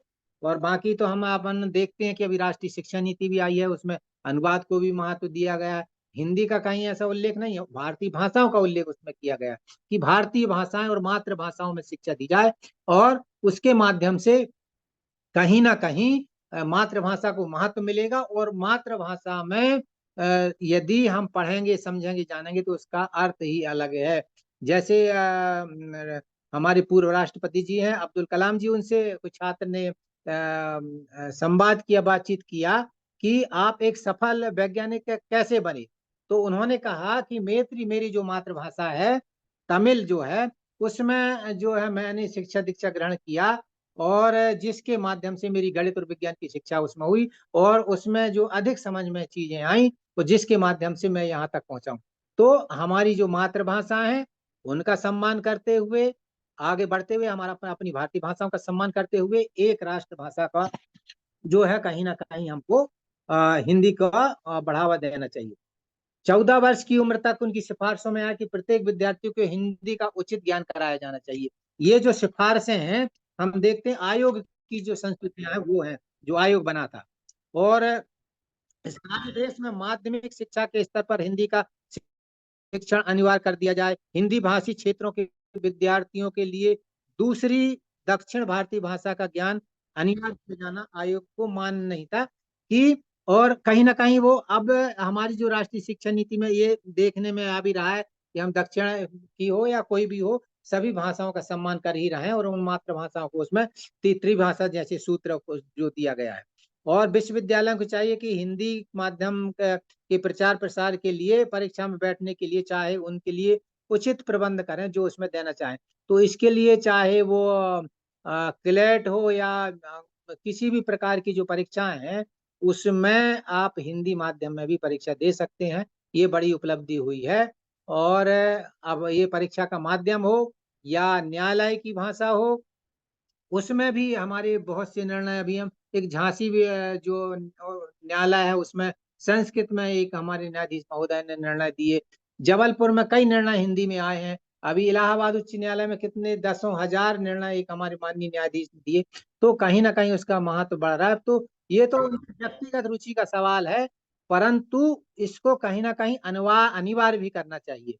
और इसके साथ साथ हम कहते हैं कि करना चाहिए कि अंग्रेजी में दे रहे हैं उसका अनुवाद भी हिंदी में करके दें, और फिर कहीं ना कहीं धीरे धीरे उसको हिंदी के रूप में कार्य रूप में पढ़ने तो उसको करना चाहिए। और संस्कृतियों में ये भी आया कि प्रशासनिक कर्मचारियों के लिए हिंदी की जो निश्चित अवधि में आवश्यक ज्ञान प्राप्त करने के लिए एक नियम कानून बनाया जाए। तो ऐसी कई संस्कृतियां आई हैं, और उन संस्कृतियों के हम देखते हैं कि कहीं ना कहीं वो राष्ट्रीय शिक्षा नीति में भी उनको देखा जा रहा है। तो अनुच्छेद 343 से लेकर के 351 तक राजभाषा के संबंध में व्यवस्था की गई है, और भारत की राजभाषा को स्वीकार भी किया गया है, जिसमें हमारे पूर्व जो राष्ट्रपति हैं डॉक्टर राजेंद्र प्रसाद जी, उन्होंने बहुत अच्छा भाषण भी दिया था कि आज पहली ही बार ऐसा संविधान बना है जबकि हमने अपने संविधान में एक भाषा रखी। तो ऐसा एक लंबा चौड़ा उनका भाषण हमें दिखाई देता है। और संसद का कार्य हिंदी या अंग्रेजी में किया जा सकता है, ऐसी बात है, परंतु राज्यसभा के सभापति या लोकसभा के अध्यक्ष विशेष परिस्थितियों में सदन के किसी सदस्य को अपनी मातृभाषा में सदन में अपनी बात रखने को कह सकते हैं। और ये संविधान के अनुच्छेद 120 में ये कहा भी गया था। और राजभाषा के रूप में जब उनको स्वीकार कर लिया, महात्मा गांधी जी ने भी उस पर काफी विस्तार से वो बात अपनी रखी, और राष्ट्रभाषा के लिए उन्होंने वो बात कही थी। और कहीं ना कहीं इसमें जो कई समितियां भी इसमें बनी हैं कि केंद्रीय हिंदी सलाहकार एक समिति बनी, जिसके माध्यम से अलग अलग जो मंत्रालय हैं, अलग अलग जो विभाग हैं, ऐसे 27 मंत्रालयों में हिंदी सलाहकार समितियों का गठन किया गया, जो जिसकी निगरानी हिंदी सलाहकार समिति करती है। और केंद्रीय राजभाषा कार्यान्वयन समिति हो या नगर राजभाषा कार्यान्वयन समिति हो, तो ऐसे जो है 1979 के आदेश के अनुसार हम देखें तो कुछ कर्तव्य भी निश्चित किए गए, जिसमें नगर के केंद्रीय सरकार के कार्यालयों में हिंदी का प्रयोग बढ़ाने के संबंध में किए जाने वाले उपचार या साहित्य या टाइपिस्ट हैं, आशुलिपिक हैं, इन सब को हिंदी में प्रशिक्षण दिया जाए, और ऐसी इसकी विकास यात्रा आगे बढ़ती है। और एक अभी समाचार पत्र में भी देखने को आया कि हिंदी को सीखने में जहाँ 44 हफ्ते लगते हैं, वहीं जो चीनी भाषा या मंदारिन भाषा है उसमें 88 घंटे लगते हैं, 88 सप्ताह है। 44 सप्ताह हिंदी सीखने में, तो 88 सप्ताह है मंदारिन सीखने में। तो कहीं ना कहीं हमारी जो हिंदी है वो समृद्ध है, और उसको सीखने का जो है सरलता भी उसमें दिखाई देती है। देवनागरी के माध्यम से आसानी से उसको सीख ही सकते हैं, और कहीं ना कहीं कई भाषाओं का जो है नागरी लिपि में जो है प्रयोग हो भी रहा है। तो भाषा मात्र जो है अभिव्यक्ति का साधन नहीं है, देश की संस्कृति की वो आत्मा भी रहती है, और राष्ट्रीय चेतना की अभिव्यक्ति भी रहती है। तो भाषा का जो है बड़ा महत्वपूर्ण एक समय है और आज हिंदी हमारी वैश्विक स्तर पर वो पहचान बना चुकी है। और कई जो चैनल हमारे जैसे हिंदी में अंग्रेजी में आए थे तो उनको हिंदी में परिवर्तित करना पड़ा, भले उनकी मजबूरी हो, व्यापार हो, व्यवसाय हो, विज्ञापन देना हो। तो कहीं ना कहीं जो है हमारी अर्थव्यवस्था है उससे के कारण भी हिंदी समृद्ध हुई है। और अब देखते हैं कि हमारी जो पूरे वैश्विक स्तर पर अर्थव्यवस्था भी हमारी मजबूत हुई है, 5वें स्तर पर आ गए हैं और जल्दी ही हमारे प्रधानमंत्री जी भी कह रहे हैं कि तीसरे स्थान पर हम आएंगे। तो कहीं ना कहीं हिंदी का भी इसमें महत्वपूर्ण योगदान रहा है। और 2047 तक जहां भारत की बात हो रही है कि हमारा देश जो है विकसित भारत कहलाएगा 2047 में। तो अब सोचिए कि जो संयुक्त राष्ट्र संघ संपर्क की भाषा तो बन गई है, परंतु जो आधिकारिक भाषा है अभी 6 है। तो 7वीं आधिकारिक भाषा मुझे लगता है हिंदी बहुत जल्दी बनने वाली है, इसमें दो मत नहीं है। और जब आधिकारिक भाषा बनेगी तो उसका पर अलग से और वर्चस्व भी बढ़ेगा। और आज हिंदी विश्व के सभी महाद्वीपों में 175 देशों के जो आसपास है कहीं ना कहीं प्रयुक्त हो रही है। विश्व के दर्जन देशों में हिंदी की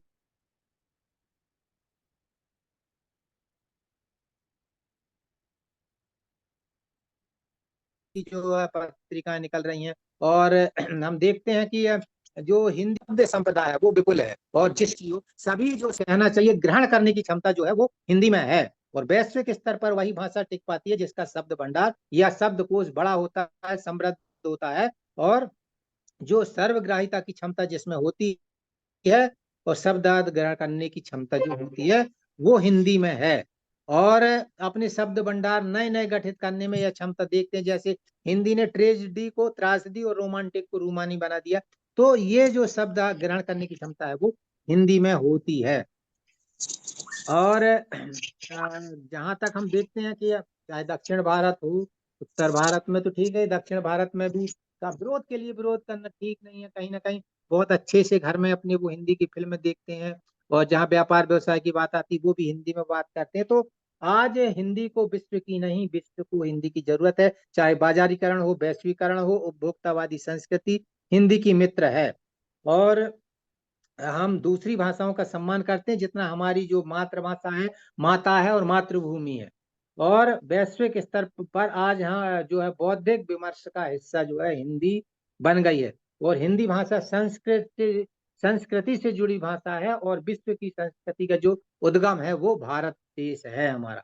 इसी तरह से भारतेंदु जी ने कहा कि हिंदी नई चाल में डली, यानी भारतेंदु जी ने जो है खड़ी बोली हिंदी को स्वीकार किया और उसको परिष्कृत करने का काम किया। और इसी प्रकार से जब हम देखते हैं 1900 में सरस्वती पत्रिका का जो प्रकाशन शुरू हुआ तो महावीर प्रसाद द्विवेदी जी ने खड़ी बोली को ज्ञान विज्ञान की भाषा बना दिया। और 1903 में जब सरस्वती के संपादक बने तो हिंदी को जो खड़ी बोली के रूप में परिष्कृत करने का काम और मानकीकृत करने का काम जो है वो महावीर प्रसाद द्विवेदी ने किया। और जो साहित्य का कहना चाहिए पहला और अब तक का जो नोबेल पुरस्कार है रविन्द्रनाथ टैगोर जी को जब मिला तो वो साहित्य में मिला। और कहीं ना कहीं इसमें अनुवाद की भी आवश्यकता उसमें पड़ती है कि हिंदी में जो उन्होंने बांग्ला में लिखा, फिर हिंदी में भी आया, फिर अंग्रेजी में भी आया। तो वो तो परंपरा और आधुनिकता का जो प्रचार प्रसार पूरे वैश्विक स्तर पर हमारी परंपरा को विश्व स्तर पर ले जाने का काम किया और वैश्विक जो आधुनिकता है वो भारत में लाने का काम जो है हमारे जो रविन्द्रनाथ टैगोर जी ने किया। और इसी प्रकार से अनुवाद के माध्यम से जो गीतांजलि को भी रेत समाधि उपन्यास है उनका, उसमें बुकर पुरस्कार मिला। तो हमारी जो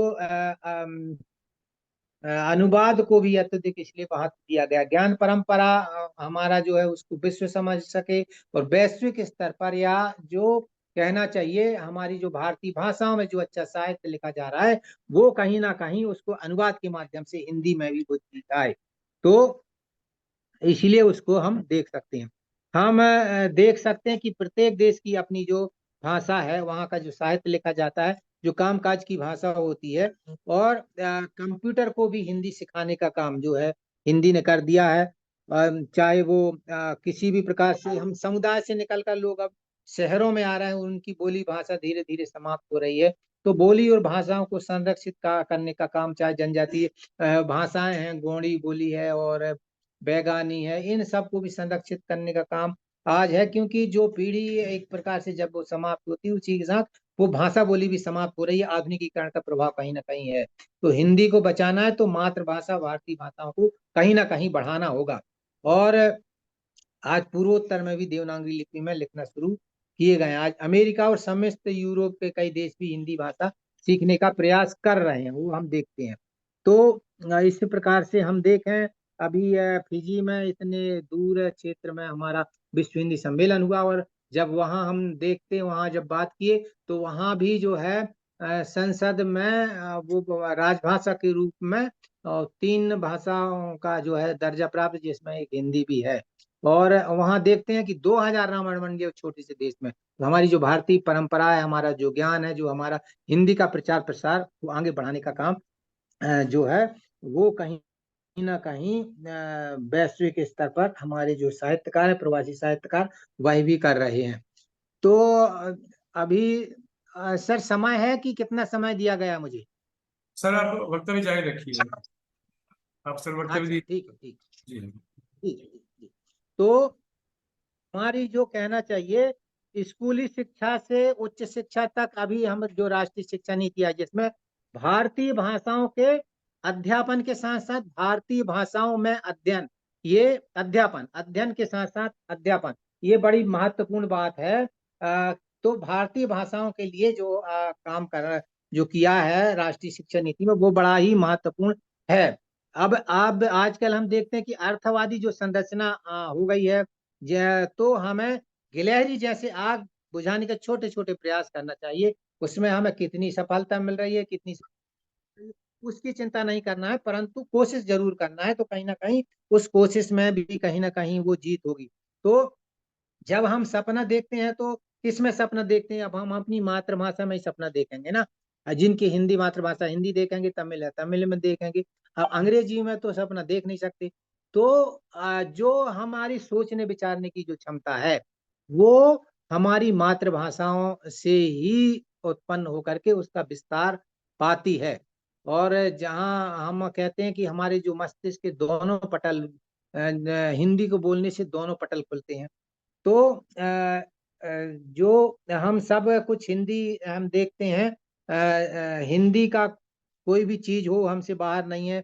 यह दूसरी बात है कि निहित स्वार्थ की वजह से हम कहीं ना कहीं हिंदी को राजनीति के चश्मे से देखते हैं, वरना हिंदी की जो फिल्में हैं दक्षिण में भी खूब देखा जाता है। और संसार में जहां हम हिंदी भाषी जाएंगे, कहने की बात नहीं है कि वहां वहां निश्चित तौर पर हिंदी पहुंचेगी। और हिंदी भाषियों की जो शक्ति है वो हिंदी ही है। हिंदी भाषियों के लिए जो मेधा है वो हिंदी की मेधा है। तो आप एक नहीं, दो नहीं, 10 20 नहीं, शत भाषा अर्जित कर सकते हैं, परंतु उन पर अधिकार भी कर सकते हैं, किंतु सपना निज भाषा में ही हमारे बिंबों के सहारे चलता है। और ठीक उसी प्रकार जो चिंतन की प्रक्रिया है उन्हीं बिंबों के सहारे चलती है, क्योंकि वह अंतरतम की प्रक्रिया है। और नए विचार हो, चाहे नए आविष्कार हो, नए सिद्धांतों का जन्म हो, तो अंतस चेतना में ही होता है। और कोई भी भाषा बिंबों से ही बनती है। तो चेतना की जो भाषा होती है, निज भाषा हो सकती है। निज भाषा हुआ हमारा मौलिक विचार। निज भाषा का अर्थ हुआ मौलिक विचार, और अपना आविष्कार तथा अर्जित भाषा का अर्थ हुआ उधार की टेक्नोलॉजी। यानी दूसरी भाषाओं में हम कोई आविष्कार करते हैं तो वो अर्जित भाषा कहलाएगी, कोई काम करते हैं तो वो उधार की टेक्नोलॉजी कहलाएगी। और हमारा जो मौलिक विचार है वो निज भाषा में ही होगा, जो हमारी भाषा है। तो दुनिया का कोई भी देश हमारी भाषाई विविधता की बराबरी कहीं नहीं कर सकता। कितनी भाषाएं हमारे देश की हैं, उसके बाद जो है एक अनेकता में एकता की हम बात करते हैं, तो उसके बाद भी समानता दिखाई देती है। तो हिंदी भाषा की सबसे बड़ी विशेषता यह है कि क्षेत्रीय बोलियों को भी अपने भीतर उन्होंने आत्मसात किया है। और हिंदी भाषा केवल साहित्यिक सांस्कृतिक क्षेत्र पर ही निर्भर नहीं है, बल्कि चाहे वो फिल्म हो, कला हो या संस्कृति के क्षेत्र में भी एक मजबूत पैठ बना ली है। तो फिल्मों के माध्यम से भी कहीं ना कहीं हिंदी का प्रचार प्रसार होता है, जब लोग गाने सुनते हैं, फिल्मों को देखने के लिए हिंदी सीखते हैं, उपन्यास पढ़ने के लिए हिंदी सीखते हैं, तो आवश्यकता आविष्कार की जननी होती है। आज ढेरों हिंदी की वेबसाइट हम देखते हैं कि वो दिखाई दे रही हैं, और जैसी जैसी आवश्यकता होती वैसे वैसे जो है आविष्कार होता है। तो ऐसे हिंदी धीरे धीरे कहीं ना कहीं समृद्ध होती है। तो आज विश्व में सबसे ज्यादा पढ़े जाने वाले समाचार पत्रों में भी आधे से अधिक हिंदी में ही हैं, चाहे माइक्रोसॉफ्ट हो, गूगल हो, सन हो, याहू हो, IBM तथा ओरेकल जैसी विश्व स्तरीय कंपनियां अत्यंत व्यापक बाजार अब उसका जो है भारी मुनाफे को देखते हुए हिंदी के प्रयोग को बढ़ावा दे रही हैं। और संयुक्त राष्ट्र अमेरिका में भी हम देखते हैं कि 200 से अधिक हिंदी साहित्यकार सक्रिय हैं, जिनकी पुस्तकें छप चुकी हैं। तो माँ, मातृभाषा और मातृभूमि, सांस्कृतिक परंपरा और व्यवहार, ये हिंदी के 5 जो सूत्र हैं वो कहीं ना कहीं ये हमको अपनाना चाहिए, जिससे वो हिंदी का जो है मान सम्मान भी बढ़ेगा, समृद्ध भी होगा। और कहना चाहिए इस प्रकार से ऐसे आयोजनों से भी कहीं ना कहीं ऐसे नहीं है कि दिवस मना लेते हैं तो कोई बोलते हैं कि दिवस एक दिन मनाने में क्या होगा। मनाने में फर्क पड़ता है, लोगों को जानने, समझने, इकट्ठे होने, चर्चा करने में। हम कहना चाहिए पूरे साल भर हिंदी में काम तो करते ही हैं, परंतु ऐसे आयोजनों से, चाहे वो दिन हो, चाहे पखवाड़ा हो, सप्ताह हो, मास हो, तो कहीं ना कहीं जो है ऐसी चर्चा के माध्यम से भी लोगों में जागृति आती है, जन जागृति आती है, और कहीं ना कहीं हिंदी का इस समय प्रचार प्रसार होता है। मुझे लगता है समय हो चुका, और भी वक्ता हमारे साथ होंगे, उनको भी पर्याप्त समय मिले।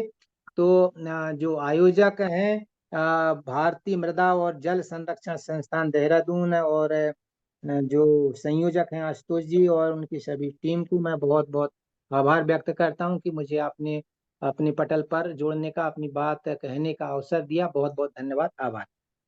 बहुत बहुत धन्यवाद सर। आपने व्यस्तम समय में से आपने संस्थान के इस कार्यक्रम में अपना समय दिया, इसके लिए सर आपको हार्दिक आभार। और अपने प्रगल्भपूर्ण और विद्वतापूर्ण वक्तव्य से हम सभी का ज्ञानवर्धन किया, इसके लिए सर आपको धन्यवाद। अब मैं विशिष्ट वक्ता गण के रूप में सम्मिलित प्रोफेसर रजनी बाला मैडम से अनुरोध करता हूं कि वो अपना वक्तव्य प्रस्तुत करें। प्रोफेसर रजनी बाला मैडम जुड़ी हुई हैं? प्रोफेसर रजनी बाला, अभी उनका सर मैसेज आ रहा था कि कनेक्ट नहीं हो पा रही थी, कुछ उनको शायद आवाज नहीं आ रही थी। राजेंद्र सर, अब मेरी आवाज सुनाई दे रही है? प्रोफेसर राजेंद्र गौतम सर, मेरी आवाज आ रही है? जी जी आ रही है। आ रही है। अभी रजनी मैडम जुड़ी हुई थी, अभी शायद नहीं जुड़ी है सर। प्रोफेसर रजनी बाला, ठीक है। हम अगले जो हमारी वक्ता हैं वो है डॉक्टर प्रीति के। डॉक्टर प्रीति के मैडम से मैं अनुरोध करता हूं कि अपना वीडियो ऑन करें। स्वागत है मैडम। तो आज हमारी अगली विशिष्ट वक्ता हैं डॉक्टर प्रीति के। मैडम के वक्तव्य के पहले मैं उनका परिचय आप सभी के समक्ष प्रस्तुत करना चाहूंगा। डॉक्टर प्रीति के वर्तमान में कन्नूर विश्वविद्यालय केरल में हिंदी विभाग की अध्यक्ष हैं। हिंदी अध्ययन अध्यापन के क्षेत्र में आपको लगभग 13 वर्षों का अनुभव है।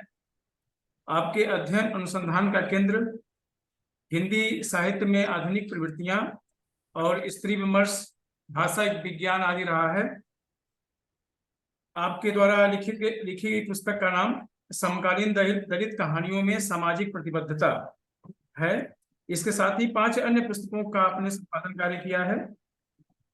आपने आपके UGC केयर में 30 से अधिक शोध लेख प्रकाशित हैं। राष्ट्रीय व अंतर्राष्ट्रीय स्तर पर 60 से अधिक लेख आपने प्रस्तुत किए हैं। आपके हिंदी साहित्य के अध्ययन अध्यापन में योगदान हेतु राष्ट्रीय हिंदी साहित्य सम्मेलन पुरस्कार आपको दिया गया है और साहित्य पुरस्कार से भी आपको सम्मानित किया गया। आप कन्नूर विश्वविद्यालय के अनेक महत्वपूर्ण समितियों में अध्यक्ष या सदस्य के रूप में सम्मिलित हैं। एक दक्षिण भारत, जिसको हम कहते हैं कि मुख्य दक्षिण भारत राज्य केरल में हिंदी भाषा के पठन पाठन से आप जुड़ी हुई हैं, ये हमारे लिए बड़े सौभाग्य का विषय है। और हमारा उद्देश्य था कि हम आपको जोड़े इससे कि जिस कार्यालय में आयोजन हो रहा है वो पूरी तरह कच्छ क्षेत्र में आता है, जो पूरी तरह हिंदी भाषी लोग हैं, तो उनके उत्साहवर्धन के लिए हमें एक ऐसे विशेषज्ञ की आवश्यकता थी जो दक्षिण भारत में हिंदी के कार्य से जुड़ी हुई हों और जिनको सुन करके यहाँ के लोग हिंदी में काम करने के लिए प्रेरित हो सकें। तो मैडम, आपका बहुत बहुत स्वागत है और धन्यवाद। आपसे अनुरोध है कि आप अपना वक्तव्य जो है शुरू करें। धन्यवाद सर। आवाज आ रही है ना सर? हाँ, बिल्कुल क्लियर है मैडम। Okay sir. सबको मेरा प्यार भरा नमस्कार। आदरणीय professor Khem Singh Daheriya sir, professor Gangadhar Wanude sir, professor Rajendra Gautam sir, professor Rajniwala madam sir, आयोजक डॉक्टर मधु सर,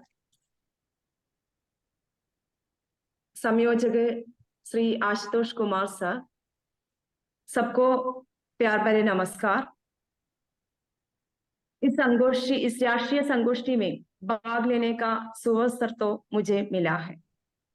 हिंदी जगत के श्रेष्ठ विद्वजन उपस्थित इस शानदार कार्यक्रम में केरल से भाग लेना मेरे लिए सौभाग्य की बात है।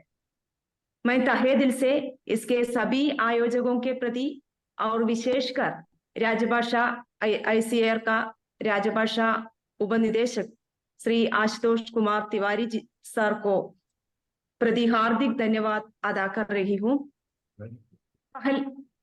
पहले बोले पंडितों से राजभाषा हिंदी के महत्व पर बहुत अधिक ज्ञानवर्धक जानकारी मिली है।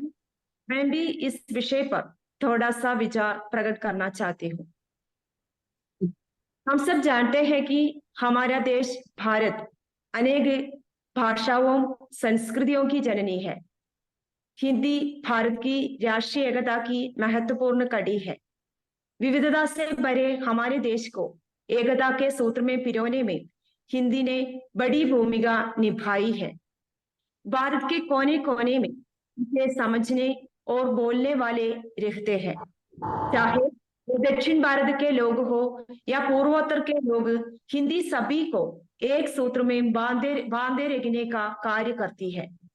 इसके मूल में विश्व की प्राचीनतम समृद्ध भाषा संस्कृत है और साथ में तमाम भारतीय भाषाएं उसकी ताकत भी है। भारतीय भाषाओं की बड़ी बहन होने के नाते हिंदी विभिन्न भाषाओं के उपयोगी और प्रचलित शब्दों को अपने में समाहित कर सही मायने में भारत की राजभाषा होने की भूमिका निभा रही है। हिंदी के महत्व रविंद्रनाथ टैगोर ने सुंदर रूप में इस प्रकार प्रस्तुत किया है। भारतीय भाषाएं नदियां हैं, हिंदी महानदी। हिंदी ने देश के स्वतंत्रता आंदोलन के दौरान सभी देशवासियों को एकजुट करके देश की आजादी की लड़ाई में निर्णायक भूमिका निभाई थी। हमारे देश के संतों, समाज सुधारकों और राष्ट्र नायकों ने अपने विचार के प्रचार प्रसार के लिए हिंदी को ही अपनाया, क्योंकि यही एक भाषा है जो कश्मीर से कन्याकुमारी तक, राजस्थान से आसाम तक समान रूप से बोली और समझी जाती है। हिंदी ही एकमात्र भाषा है जो समस्त भारतीयों को एकता के सूत्र में जोड़ने का कार्य करती है। इसे राजभाषा का दर्जा संविधान से मिल पाया है, क्योंकि यह समूचे राष्ट्र में बोली और समझी जाती है। हिंदी को जानने, समझने और बोलने वाले देश के कोने कोने में फैले हुए हैं।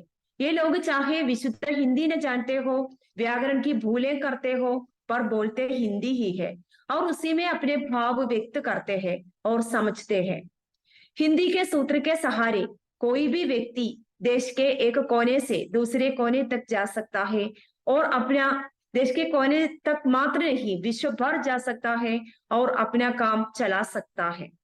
देश में फैली हुई अनेक भाषाओं और संस्कृतियों के बीच यदि भारतीय जीवन की उदारता एवं एकात्मकता किसी एक भाषा में दिखाई देती है तो वह हिंदी में ही है। हिंदी दिवस हम प्रत्येक वर्ष 14 सितंबर को मनाया जाता है। 14 सितंबर 1949 को संविधान सभा ने एकमत से ये निर्णय लिया कि हिंदी ही भारत की राजभाषा होगी। भारतीय संविधान के भाग 17 अध्याय 1 के अनुच्छेद 343 में उल्लिखित प्रावधानों के अनुसार भारतीय संघ की राजभाषा हिंदी है। इसे महत्वपूर्ण निर्णय के महत्व को प्रतिपादित करने तथा हिंदी को हर क्षेत्र में प्रसारित करने के लिए राष्ट्रभाषा प्रचार समिति वर्धा के अनुरोध पर 1953 से पूरे भारत में प्रत्येक वर्ष 14 सितंबर को हिंदी दिवस के रूप में हम मनाया जाता है।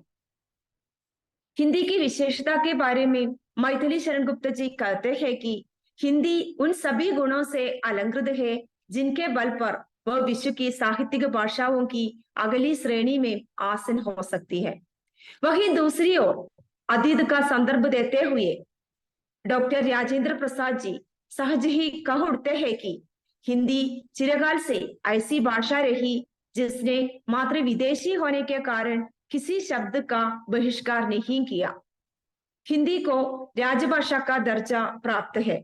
उस समय की परिस्थिति के अनुसार हिंदी ही एकमात्र ऐसी लोकप्रिय भाषा थी तथा जनता से सीधे संवाद स्थापित करने का माध्यम भी थी।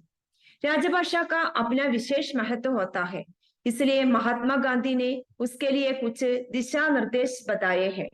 आपके अनुसार राजभाषा वह होना चाहिए जिसे आजाद भारत के बहुत से लोग बोलते हो।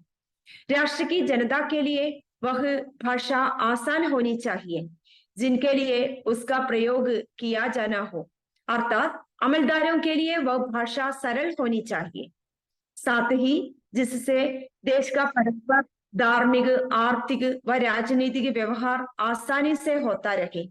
आज पूरे देश में हिंदी की स्थिति यह है कि हिंदी भारत संघ की यानी केंद्र सरकार के मंत्रालयों, विभागों, अधीनस्थ कार्यालयों, केंद्र सरकार के अधीन आने वाले निगमों, निकायों, उपक्रमों, बैंकों, बीमा कंपनियों आदि की राजभाषा है।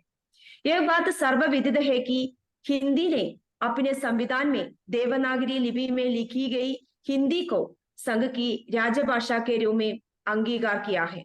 हालांकि यह बात भी सर्वविदित है कि केवल संविधानिक दिशा व निर्देशों से राजभाषा हिंदी का अभी तक पूरा विकास नहीं हो पाया है। कंपनी को प्रोडक्ट बेचने की मजबूरी रही हो या फिर हमें अपने काम निकालने की विवशता रही हो, हिंदी सभी को पग पर जरूरत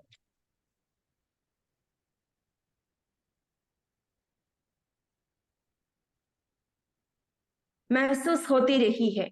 इसलिए इसमें कोई संदेह नहीं है कि इस कार्य में हम सभी को राजभाषा हिंदी के साथ मानसिक एवं आत्मीयता रूप से जुड़कर उसकी प्रगति हेतु ठोस कदम उठाते हुए समयानुसार उन कदमों की समीक्षा करनी होगी। आज समय की मांग है कि देश के कार्यपालकों को अपनी कार्यशैली के जरूरी अंग के रूप में राजभाषा हिंदी के कार्य की समीक्षा करके नई पहल करनी चाहिए। यदि वह इस कार्य में ज्यादा अधिक भी सहयोग करेंगे तो केंद्र सरकार के कार्यालयों में राजभाषा कार्यान्वयन सही ढंग से होना शुरू हो जाएगा। जब अधिकांश कार्यालयों में राजभाषा कार्यान्वयन सुचारू रूप से होने लगेगा तो हम भी एक स्वाभिमानी राष्ट्र के नागरिक के रूप में दुनिया को ये दिखा सकेंगे कि केवल हिंदी न केवल हमारी संपर्क भाषा ही है, अपितु राजभाषा के रूप में भी इसका विशेष महत्व है। भारत सरकार के सभी कार्यालयों में रोजमर्रा की जरूरतों को पूरा करने और राजकाज के कार्यों को निपटान की भाषा के रूप में यदि किसी भाषा का स्थान है तो वह मुकाम केवल राजभाषा हिंदी को ही प्राप्त है। हिंदी ही वो भाषा है जो कि समस्त भारतवंशियों और अनेक विदेशियों के दिल की भाषा के रूप में अपना विशेष स्थान बना चुकी है।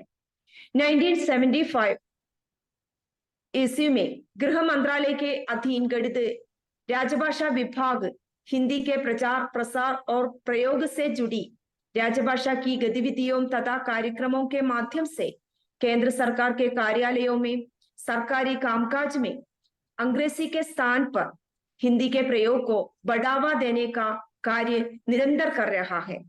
इस विभाग के अंतर्गत केंद्रीय हिंदी प्रशिक्षण संस्थान, केंद्रीय अनुवाद ब्यूरो तथा देश के विभिन्न क्षेत्रों में स्थित अनेक क्षेत्रीय राजभाषा कार्यालय कार्यरत है। राजभाषा के रूप में हिंदी को उचित स्थान पर विराजमान करने के उद्देश्य से समय समय पर भारत सरकार ने कई समितियों का गठन भी किया गया है, जैसे संसदीय राजभाषा समिति, केंद्रीय हिंदी समिति, हिंदी सलाहकार समिति, केंद्रीय राजभाषा कार्यान्वयन समिति और नगर राजभाषा कार्यालय समिति इत्यादि कुछ समितियों का गठन कर राजभाषा हिंदी के महत्व तथा उसके कार्यों की दिशा को रेखांकित किया है। राजभाषा हिंदी में शिक्षण प्रशिक्षण, भाषा विश्लेषण, भाषा का तुलनात्मक अध्ययन तथा शिक्षण सामग्री निर्माण आदि को विकसित करने के लिए शिक्षा मंत्रालय के द्वारा सन 1961 में केंद्रीय हिंदी संस्थान की स्थापना आगरा में की गई। हिंदी भाषी क्षेत्रों के लिए योग्य, सक्षम एवं प्रभावकारी हिंदी अध्यापकों को ट्रेनिंग देने, कॉलेज और स्कूली स्तरों पर पढ़ाने के लिए प्रशिक्षित करना इस संस्था का प्रारंभिक कार्य रखा। बाद में राजभाषा हिंदी के शैक्षिक प्रचार प्रसार और विकास को ध्यान में रखकर संस्था ने अपने कार्य क्षेत्रों और प्रकारों को अधिक विस्तृत किया। आज सरकारी कार्यालयों में हिंदी का प्रयोग उत्तरोत्तर बढ़ रहा है, किंतु दुख की बात है कि अभी काम अंग्रेजी में भी हो रहा है। राजभाषा नीति का उद्देश्य है कि सामान्यतः सरकारी कामकाज में हिंदी का अधिकाधिक प्रयोग हो। यही भारतीय संविधान की मूल भावना के अनुरूप होगा। कहने की आवश्यकता नहीं है कि जनसाधारण की भाषा में सरकारी कामकाज करने से विकास की गति तेज होगी और प्रशासन में पारदर्शिता आएगी।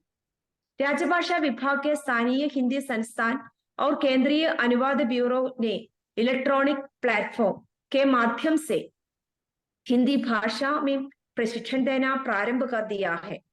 राजभाषा विभाग के क्षेत्रीय कार्यालयों ने डिजिटल प्लेटफॉर्म के माध्यम से वर्चुअल निरीक्षण करना प्रारंभ कर दिया है।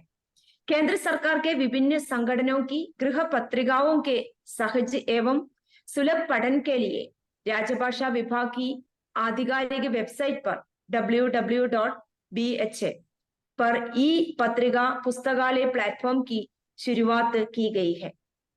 राजभाषा विभाग द्वारा देश की आजादी के अमृत महोत्सव के अवसर पर नवंबर 2021 को पहला अखिल भारतीय राजभाषा सम्मेलन वाराणसी में सफलतापूर्वक संपन्न किया गया है। राजभाषा विभाग के इस तरह के आयोजनों से राजभाषा कर्मियों को प्रेरणा एवं प्रोत्साहन जरूर प्राप्त होगा। वर्तमान युग में किसी भी भाषा के विकास के लिए यह जरूरी है कि वह सूचना प्रौद्योगिकी से जोड़ी जाए। तकनीक के विकास एवं विस्तार लोगों तक उसकी निरंतर बढ़ती पहुंच के साथ ही केंद्र सरकार के लगभग सभी कार्यालयों में वैज्ञानिक तथा तकनीकी विषयों में अधिक से अधिक हिंदी का प्रयोग करना आज और भी आसान हो रहा है। अब हम बिना किसी सॉफ्टवेयर के यूनिकोड के माध्यम से अपनी आवश्यकताओं की पूर्ति कर सकते हैं। हम ऑनलाइन और ऑफलाइन में अनुवाद कर सकते हैं। इसी दौरान हम दूसरे अन्य कार्यों को भी निपटा सकते हैं। एक्सेल में डाटा कार्य हिंदी के साथ कर सकते हैं। पावर पॉइंट की प्रस्तुतियों को विभिन्न रंगों से भी सजा सकते हैं। आज हिंदी कहाँ नहीं है, सूचना प्रौद्योगिकी के इस युग में वह अंग्रेजी के साथ कदम ताल करती जा रही है। कमी कहीं नजर आती है तो वह केवल हमारी इच्छा शक्ति की है। हमें स्वयं को अपडेट करना होगा। नवीनतम जानकारियों को उपयोग में लाते हुए अपनी रोजमर्रा की जिंदगी और कार्यालय के कार्यों को हिंदी भाषा के साथ निपटाना निपटाना चाहिए। संक्षेप में कह सकते हैं कि राजभाषा हिंदी के महत्व के प्रचार प्रसार में पूरी तत्परता से जुड़े रहना हम हिंदी प्रेमियों का कर्तव्य है। इतना कहकर मैं अपना छोटा सा वक्तव्य यहाँ समाप्त कर रही हूँ। यहाँ जुड़ने का जो मौका मुझे प्राप्त हुआ है, इसके सभी आयोजकों को, यहाँ जुड़े सभी हिंदी प्रेमियों को मैं तहे दिल से एक बार और धन्यवाद अदा करके विदा लेती हूँ। सबको धन्यवाद। बहुत बहुत धन्यवाद मैडम, अपने थैंक यू सर। इस कार्यक्रम से जुड़कर इस कार्यक्रम की शोभा बढ़ाई और इतना अच्छा बहुत वक्तव्य बहुत आपने प्रस्तुत किया। अब मैं संस्थान के निदेशक महोदय डॉक्टर एम मधु जी से अनुरोध करता हूं कि वे आज के इस संगोष्ठी से जुड़े हमारे अतिथिगण तथा श्रोतागण सभी के लिए एक अपना एक संदेश प्रस्तुत करने की कृपा करें। बहुत बहुत धन्यवाद आशुतोष जी। आदरणीय इसी राष्ट्रीय मठ पर यह सम्मेलन हिंदी चैतन्य मास 2023 से मुख्य अतिथि रूप पर हमारे साथ प्रोफेसर खेम सिंह जी हैं, वाइस चांसलर, एंड हमारा लीड स्पीकर हैं गंगाधर वाडिया जी हैं।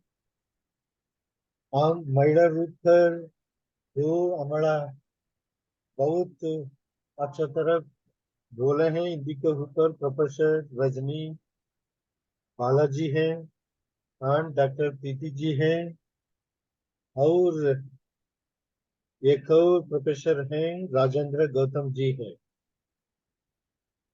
ये हमारा सम्मेलन में शामिल हो चुके हैं हमारा केंद्र से वैज्ञानिक गण और अन्य टेक्निकल और हमारा भारतीय मृदु एवं जल संरक्षण संस्थान का सदस्य लोग हैं। सबका स्वागत भी करते हैं, हार्दिक शुभकामनाएं। इसी चर्चा पर हिंदी दफ्तर में और हम लोग रोज व्यवहार में हम लोग हिंदी का किसी का रूप पर हम लोग बढ़ावा देते हैं। उसके ऊपर बहुत हमारा हिंदी का अग्रमान प्रोफेसर लोग उसके ऊपर बात भी कर चुके हैं। उसका हम लोग अच्छा तरह सोच के हिंदी का बढ़ावा देने का जरूरत है। ऐसे भी सब लोगों का पता है हमारा देश है बहुत बहुत बहुत वैविध्यता देश है। ऐसा नहीं है हम लोग भाषा का ऊपर वैविध्यता है। हमारा नैसर्गिक संपन्मूलन में भी अलग अलग वैविध्यता है।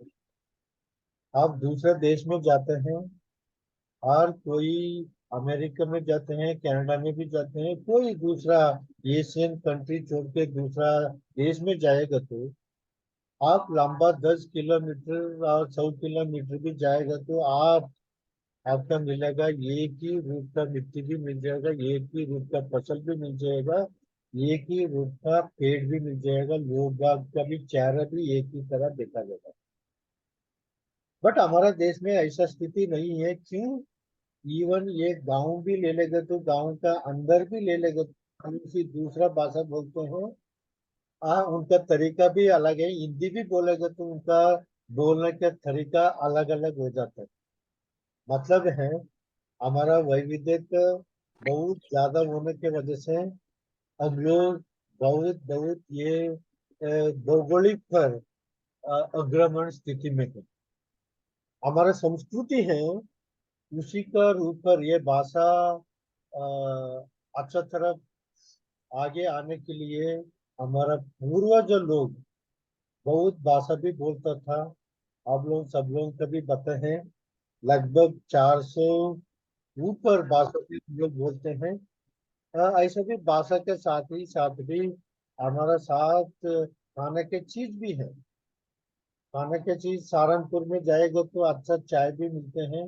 अलग अलग जगह पे भी जाएगा तो अलग अलग विविध खाने का चीज प्रसिद्ध है। उसका भी हम लोग स्वादिष्ट के रूप पर खाना भी जाना जाते हैं।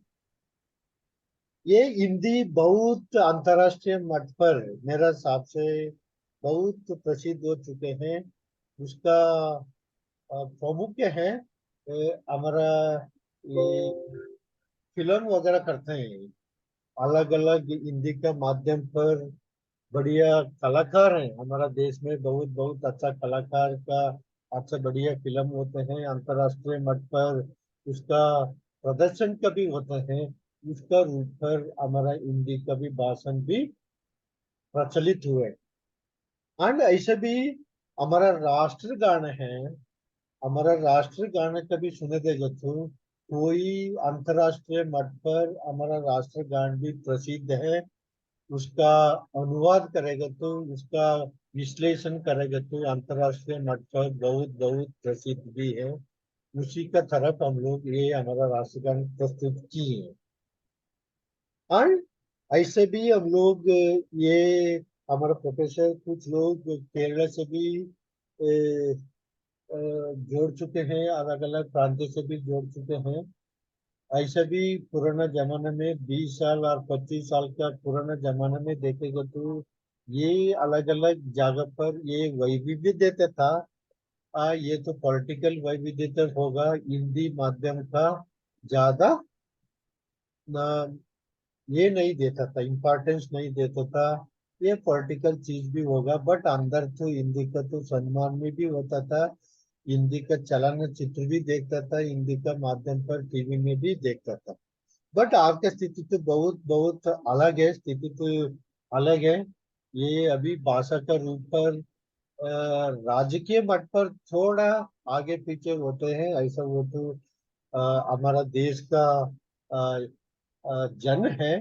और छोटा सा बच्चे से लेके बड़ा तक और बुजुर्ग तो लोग ये हिंदी का सम्मान करते हैं। उसका आनंद भी लेते हैं। मैं भी साउथ इंडिया का भी दक्षिण भारत का आदमी हूँ। मुझे भी नौकरी ज्वाइन करने के पहले 25-50 का भी अंतर नहीं पता था। आपका एक उदाहरण बोलेगा तो मैं हम लोग दिल्ली में आया था मेरा दोस्त के साथ। एक गेस्ट हाउस में हम लोग रुका था। एक एग्जाम परीक्षा लिखना था। हो गए हम लोग भी उसमें एक हफ्ता रखा रुका था। ये एग्जाम भी लिख दिया। लिखने के बाद हमारा दोस्त था एक ऑटो करके दे दिया। हॉस्टल से न्यू दिल्ली तक छोड़ गए। उन्होंने छोड़ने के समय उन्होंने भी बता दिया उनको तो 25 रुपए दे दो। उसी समय हम लोग का 25-50 का भी अंतर नहीं पता था। दोनों जाए नया न्यू दिल्ली रेलवे स्टेशन में उतरा। हमारा लगेज तो उठाने के बाद आगे पीछे हम लोग ऐसा देख रहा था। आगे पीछे देखने के बाद ये गरीब ड्राइवर साहब क्या किया एक खुला बगल में जाके खुला लेके और 25 रुपए वापस दिए। हम लोग का पता चला 50 का मतलब ये है 25 का मतलब यही है। और इसके अलावा हम लोग भी सीखे हैं। हमारा में हमारा संस्थान में प्रशिक्षण होता था। 4.5 महीने का 5.5 महीने का प्रशिक्षण होता था। ज्यादातर अब लोग क्या होता था ज्यादातर अब लोग बिहार यूपी और पंजाब से भी आता था। कुछ यूपी लोग आता था। उनको हिंदी में बोलोगे तो उनको तो समझ नहीं होता। इंग्लिश में बोलेगे तो अंग्रेजी में बोलेगे तो उनको तो अंदर भी नहीं घुसता था। एंड उसी माध्यम में मैं क्या कर दिया था कुछ पंजाब लोग हैं और जेएंड के ऑफिसर भी लोग होता था। उनको पढ़ाई करने के बाद 10-15 मिनट उनको मौका मिल जाता था मैं क्या बोला हूँ अंग्रेजी में उसको हाँ हिंदी में बोलने के लिए।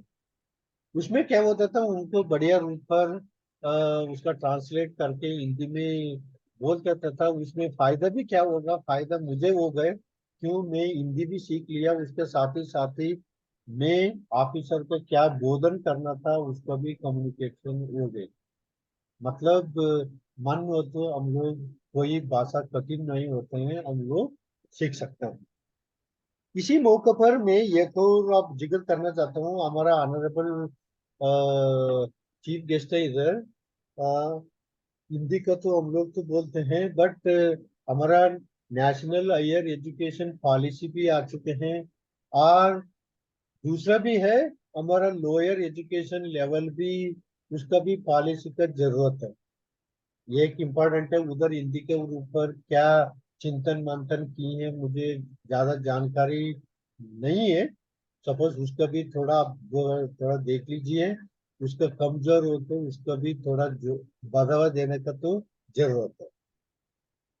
मेरा अंतिम पॉइंट में बिंदु में रखना चाहता हूँ, मैं संशोधन केंद्र होने के नाते हमारा साइंटिफिक जर्नल पब्लिशन होते हैं सारे तो अंग्रेजी में होते हैं।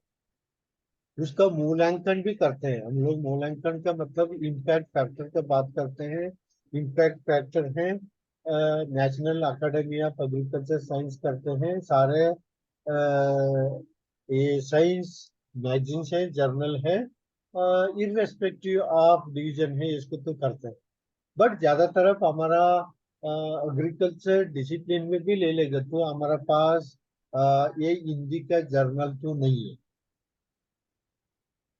ये कर दो भी वो तो उसको तो मूल्यांकन तो नहीं है।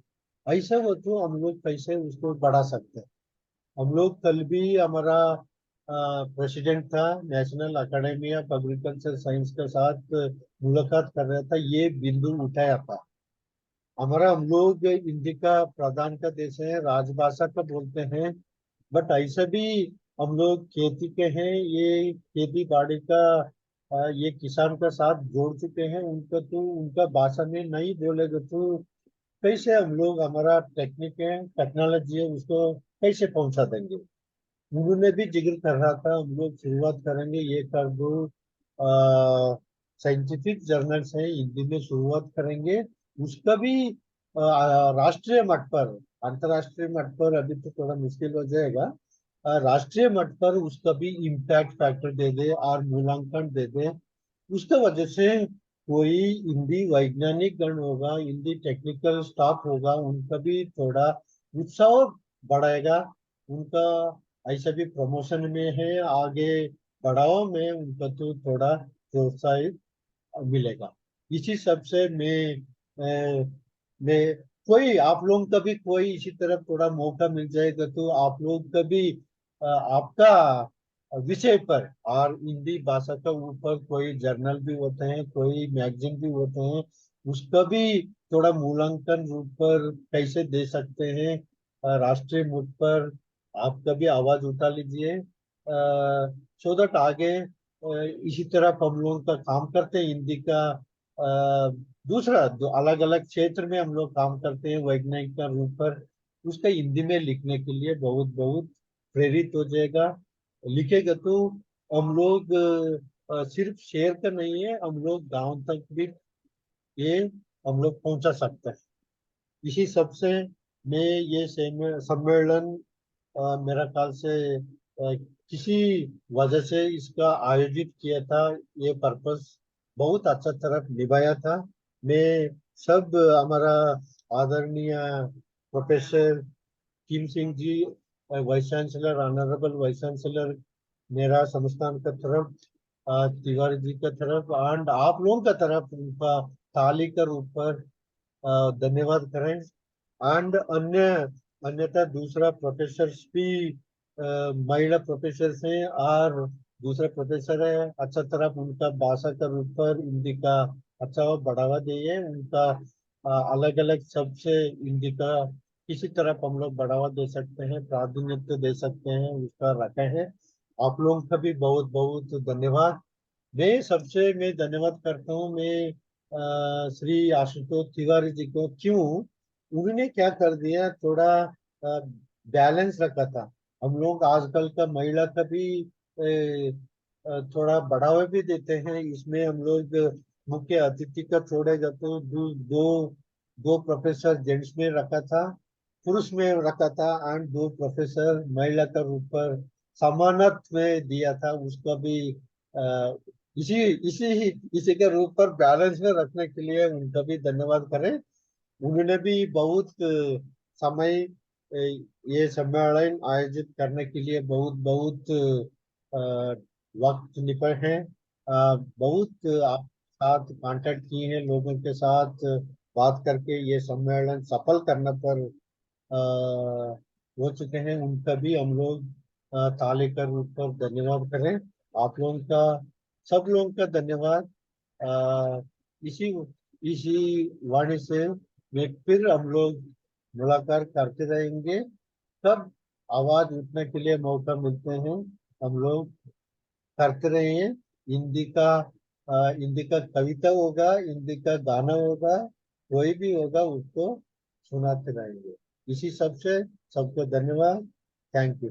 मैं ऐसा भी मैं साउथ इंडियन में हूँ, मैं हिंदी में थोड़ा आगे पीछे कम बोला हो तो माफ कर लीजिए। उसके लिए धन्यवाद। ये वक्त देने के लिए आप लोग सबको धन्यवाद। बहुत बहुत धन्यवाद सर। बहुत उत्तम रहा, बहुत उत्तम। धन्यवाद सर। अब कार्यक्रम को समापन की ओर बढ़ाते हुए मैं धन्यवाद के क्रम में सबसे पहले आज के संगोष्ठी के मुख्य अतिथि प्रोफेसर खेमचंद लहरिया जी को धन्यवाद देना चाहता हूं, जिन्होंने अपने व्यस्तम समय में से समय निकाल करके एक अच्छा वक्तव्य हम सबके समक्ष प्रस्तुत किया। मैं धन्यवाद देना चाहता हूं आज के बीज वक्ता प्रोफेसर गंगाधर बनोडे जी को, जो दक्षिण भारत में हिंदी के विकास के लिए लगातार प्रयासरत हैं और उन्होंने इस अपने प्रयत्नों का अनुभव हम सबके साथ साझा करके हम सभी को प्रोत्साहित किया। मैं धन्यवाद देना चाहता हूं प्रोफेसर राजेंद्र गौतम जी को, जिन्होंने अपने विस्तृत और बहुत ही ज्ञानपूर्ण विद्वतापूर्ण अपने अभी संबोधन से हम सभी का ज्ञानवर्धन किया, हम सभी को यह प्रोत्साहित किया कि हिंदी में हम किस प्रकार काम करें, इसमें जो भी झिझक है उसको त्यागने की आवश्यकता है। मैं धन्यवाद देना चाहता हूं डॉक्टर पीपी के मैडम का, जो केरल से कन्नूर विश्वविद्यालय से हम सबसे जुड़ी। ये अपने आप में आपका जुड़ना इस कार्यक्रम को और भी विशिष्ट बनाता है, क्योंकि दक्षिण भारत के दूरस्थ राज्य से जुड़ना ये हमारे कार्यालय के लिए बड़े भाग्य का विषय है। और आपने इतना अच्छा वक्तव्य दिया, आपके उच्चारण को देख के ये कभी नहीं लगा कि आप दक्षिण भारत में हिंदी के लिए काम कर रही हैं। मैं आज के इस कार्यक्रम के आयोजन के लिए पीएमई सेल के प्रमुख डॉक्टर मुरुगानंद सर का बहुत हार्दिक धन्यवाद देता हूं, जिन्होंने इस कार्यक्रम में अपना पूरा सहयोग दिया। मैं इस कार्यक्रम को, इस ऑनलाइन कार्यक्रम में तकनीकी सहयोग के लिए श्री अनिल कुमार चौहान जी का धन्यवाद देना चाहता हूं, जिन्होंने इस कार्यक्रम से जुड़ा फ्लायर बनाने का काम, इस कार्यक्रम में तकनीकी सहयोग, जितनी भी सुविधाएं हैं, उनके सहयोग के बिना यह संभव नहीं हो पाता। तो मैं अनिल कुमार चौहान जी का धन्यवाद देना चाहता हूँ। इसके साथ ही मैं भारतीय कृषि अनुसंधान परिषद के विभिन्न संस्थानों से और इस संस्थान भारतीय मृदा एवं जल संरक्षण संस्थान के से जुड़े समस्त वैज्ञानिकों, अधिकारियों एवं कर्मचारीगण का धन्यवाद देना चाहता हूं, जो इतनी संख्या में इस कार्यक्रम से जुड़े और इस कार्यक्रम को सफल बनाया। हमेशा से आप सब इस तरह से जुड़ते रहे हैं। मैं आपका हार्दिक आभारी हूं इस कार्यक्रम से जुड़ने के लिए। और एक बार फिर मैं आप लोगों को यह विश्वास दिलाता हूं कि निर्देशक महोदय के कुशल निर्देशन में, उनके मार्गदर्शन में इस तरह के आयोजन भविष्य में भी होते रहेंगे और आप सबको इस सूचना दी जाएगी। आप सभी का बहुत धन्यवाद। और इस कार्यक्रम को सफलतापूर्वक निर्देशित करने के लिए, मेरा मार्गदर्शन के लिए मैं संस्थान के निदेशक महोदय का हार्दिक आभारी हूं, जो समय समय पर ऐसे कार्यक्रम के लिए मुझे दिशा बताते रहते हैं और जो भी उसमें कमियां हैं उसको भी सुधारने का प्रयास करने का हमें अवसर देते हैं। मैं निदेशक महोदय का हार्दिक धन्यवाद देता हूं। एक बार आप सभी अतिथिगण का, वक्तागण का मैं हृदय से हाथ जोड़ करके आभार व्यक्त करता हूं। आप सभी को प्रणाम, नमस्कार, हार्दिक आभार।